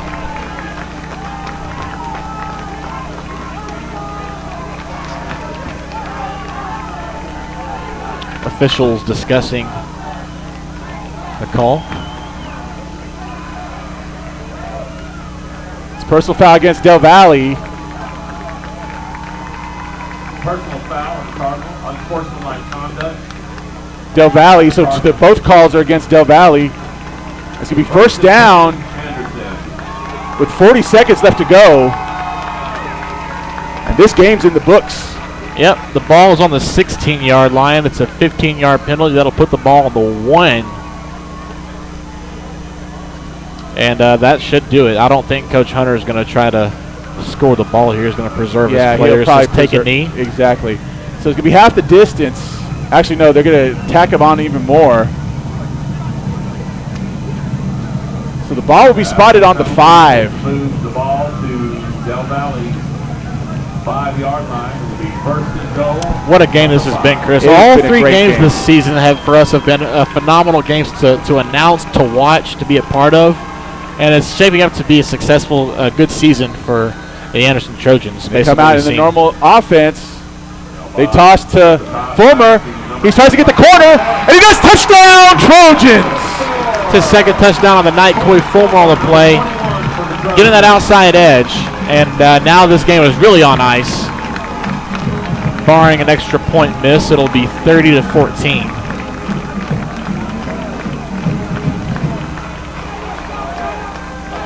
So they just added the bow on this game. 5-yard touchdown run by Coy Fulmer. The score is now Anderson 29, Del Valle 14. If you're just tuning in, thanks to 2 turnovers, Anderson is now in complete control. The kick is up. And it's good. 33 seconds left in the game. Anderson 30, Del Valle 14. If you're just tuning in now, it looks like a blowout, but it actually isn't. It's not the case at all. It was Del Valle had this game in control, but everything fell apart for them in the fourth quarter. And you got to credit the defense and the running game of Anderson. They could have changed things, and they could have panicked, but Coach did a good job of making sure his players were focused. They did not get away from what got them this far, the run. They stuck with the run. Coy Fulmer, Tondrick Givens, they attempted one pass, and it was a touchdown. So they attempted 2 passes. One pass was incomplete. You're right. And one went over the head of Trevor Merrick. But then the pass from Del Bosch to Merrick over there in the end zone was another score.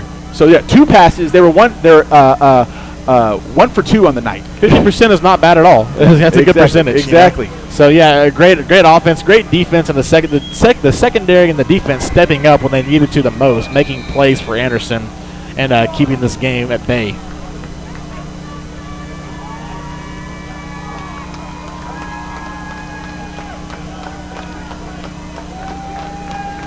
So here we go. It's going to be most likely another squib kick. 33 seconds left to go in the game.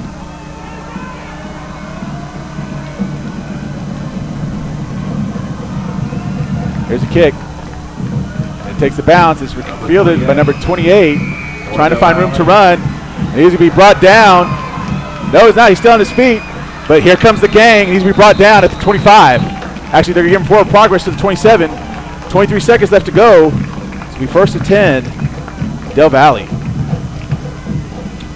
It's a 16-point game right now, Chris. It's technically 2 possessions, but 23 seconds to go. I don't think anything that crazy will happen on this Thursday night. From the 34-yard line.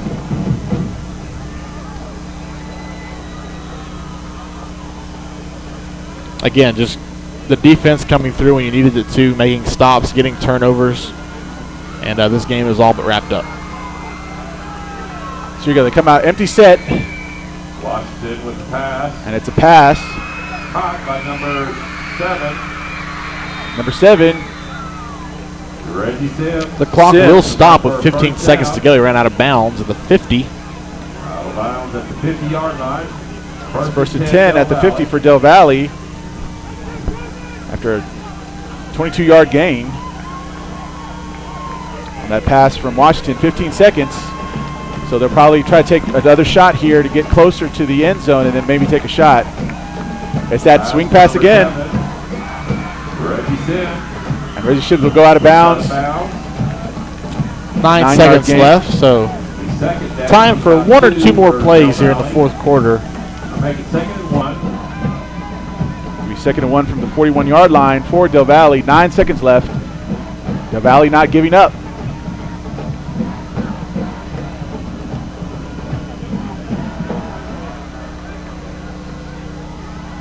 Near side hash, empty backfield. 3 receivers to the far side, 2 to the near side. Washington on the pass. Number 5 It's caught by number 5, and he'll run out of bounds. 5 seconds left. He'll run out of bounds at the 29-yard line. It'll be 1st and 10, Del Valle. And Del Valle played a good game tonight. They did. They made some mistakes late, which ended up costing them. But offensively, they were able to move the football pretty fluidly. Thanks in large part to a couple of big chunk plays in the first half. And defensively, they were able to make it a game, make it interesting at least in the fourth quarter. Well, now they're going to take a timeout. Del Valle will. And Del Valle, yeah, they're going to take a timeout.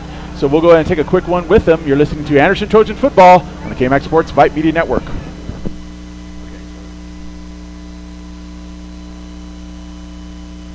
Vype Media is the state's most comprehensive high school sports media outlet, covering UIL, private schools. Vype has been in Texas for over a decade. Visit their website at Vype, VYPE-Texas.com. And also pick up your Vype magazine today. Get in the game with Vype Media. Sound off. Tell us what you think right here on Twitter at KMAX Sports.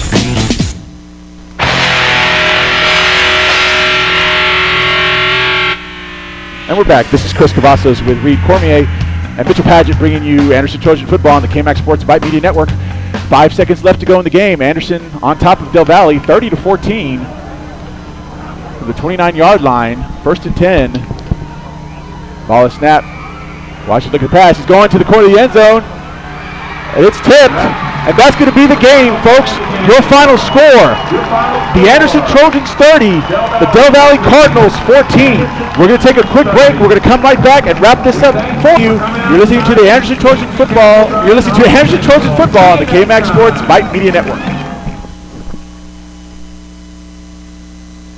At Austin Pets Alive, the mission is to promote and provide the resources, education, and programs needed to eliminate the killing of companion animals. That means more happy pets joining more happy families every single day. In fact, Austin Pets Alive has saved more than 25,000 dogs and cats since 2008. And you can help adopt a new family member, help out with a donation, or roll up your sleeves and volunteer. If you have love, time, or money to spare, and we all have at least one of those, you're needed. Visit AustinPetsAlive.com to get started. Austin Pets Alive, helping people help pets.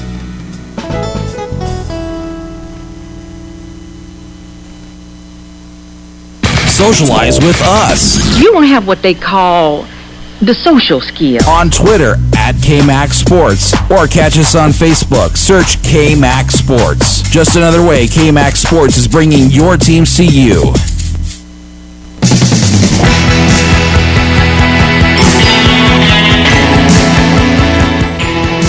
Back. Chris Cavazos with Reed Cormier and Mitchell Padgett bringing you Anderson Trojan Football on KMAX Sports. We're now going to listen to the Anderson High School Fights school song here, played after this great victory. Anderson had over the Del Valle Cardinal 30-14.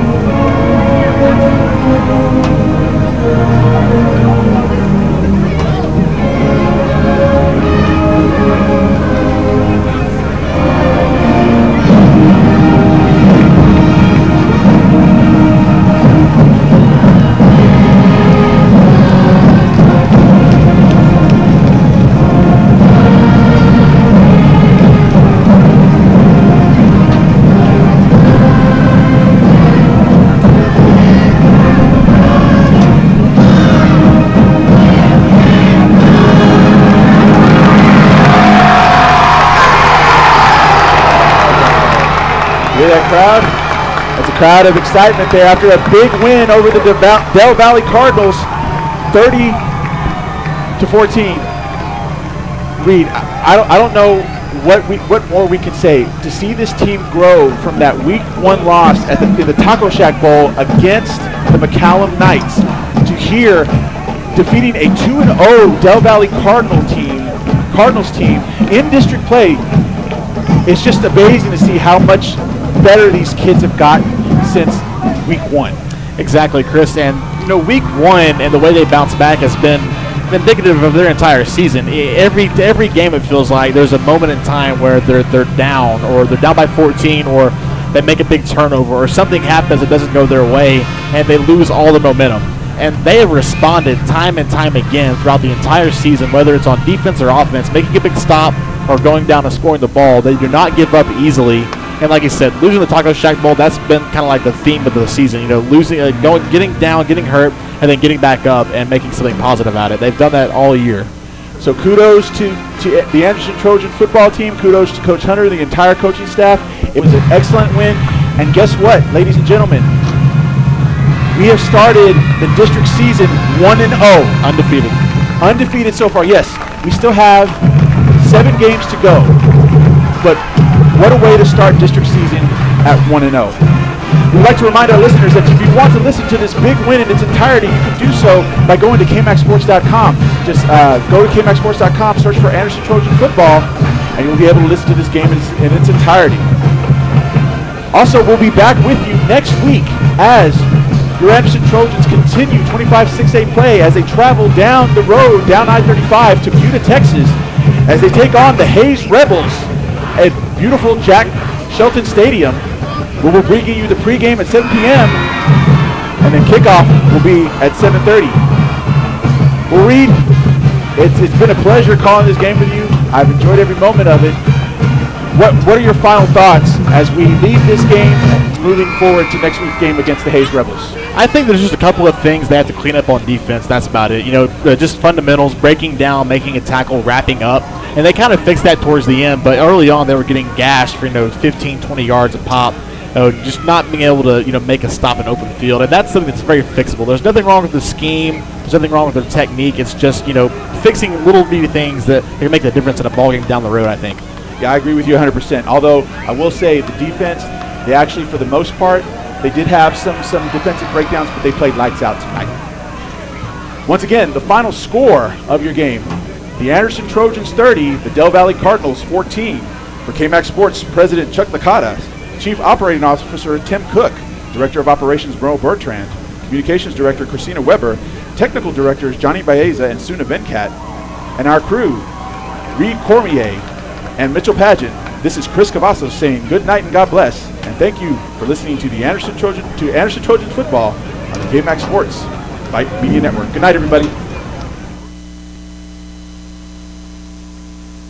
This is the KMAX Sports Network.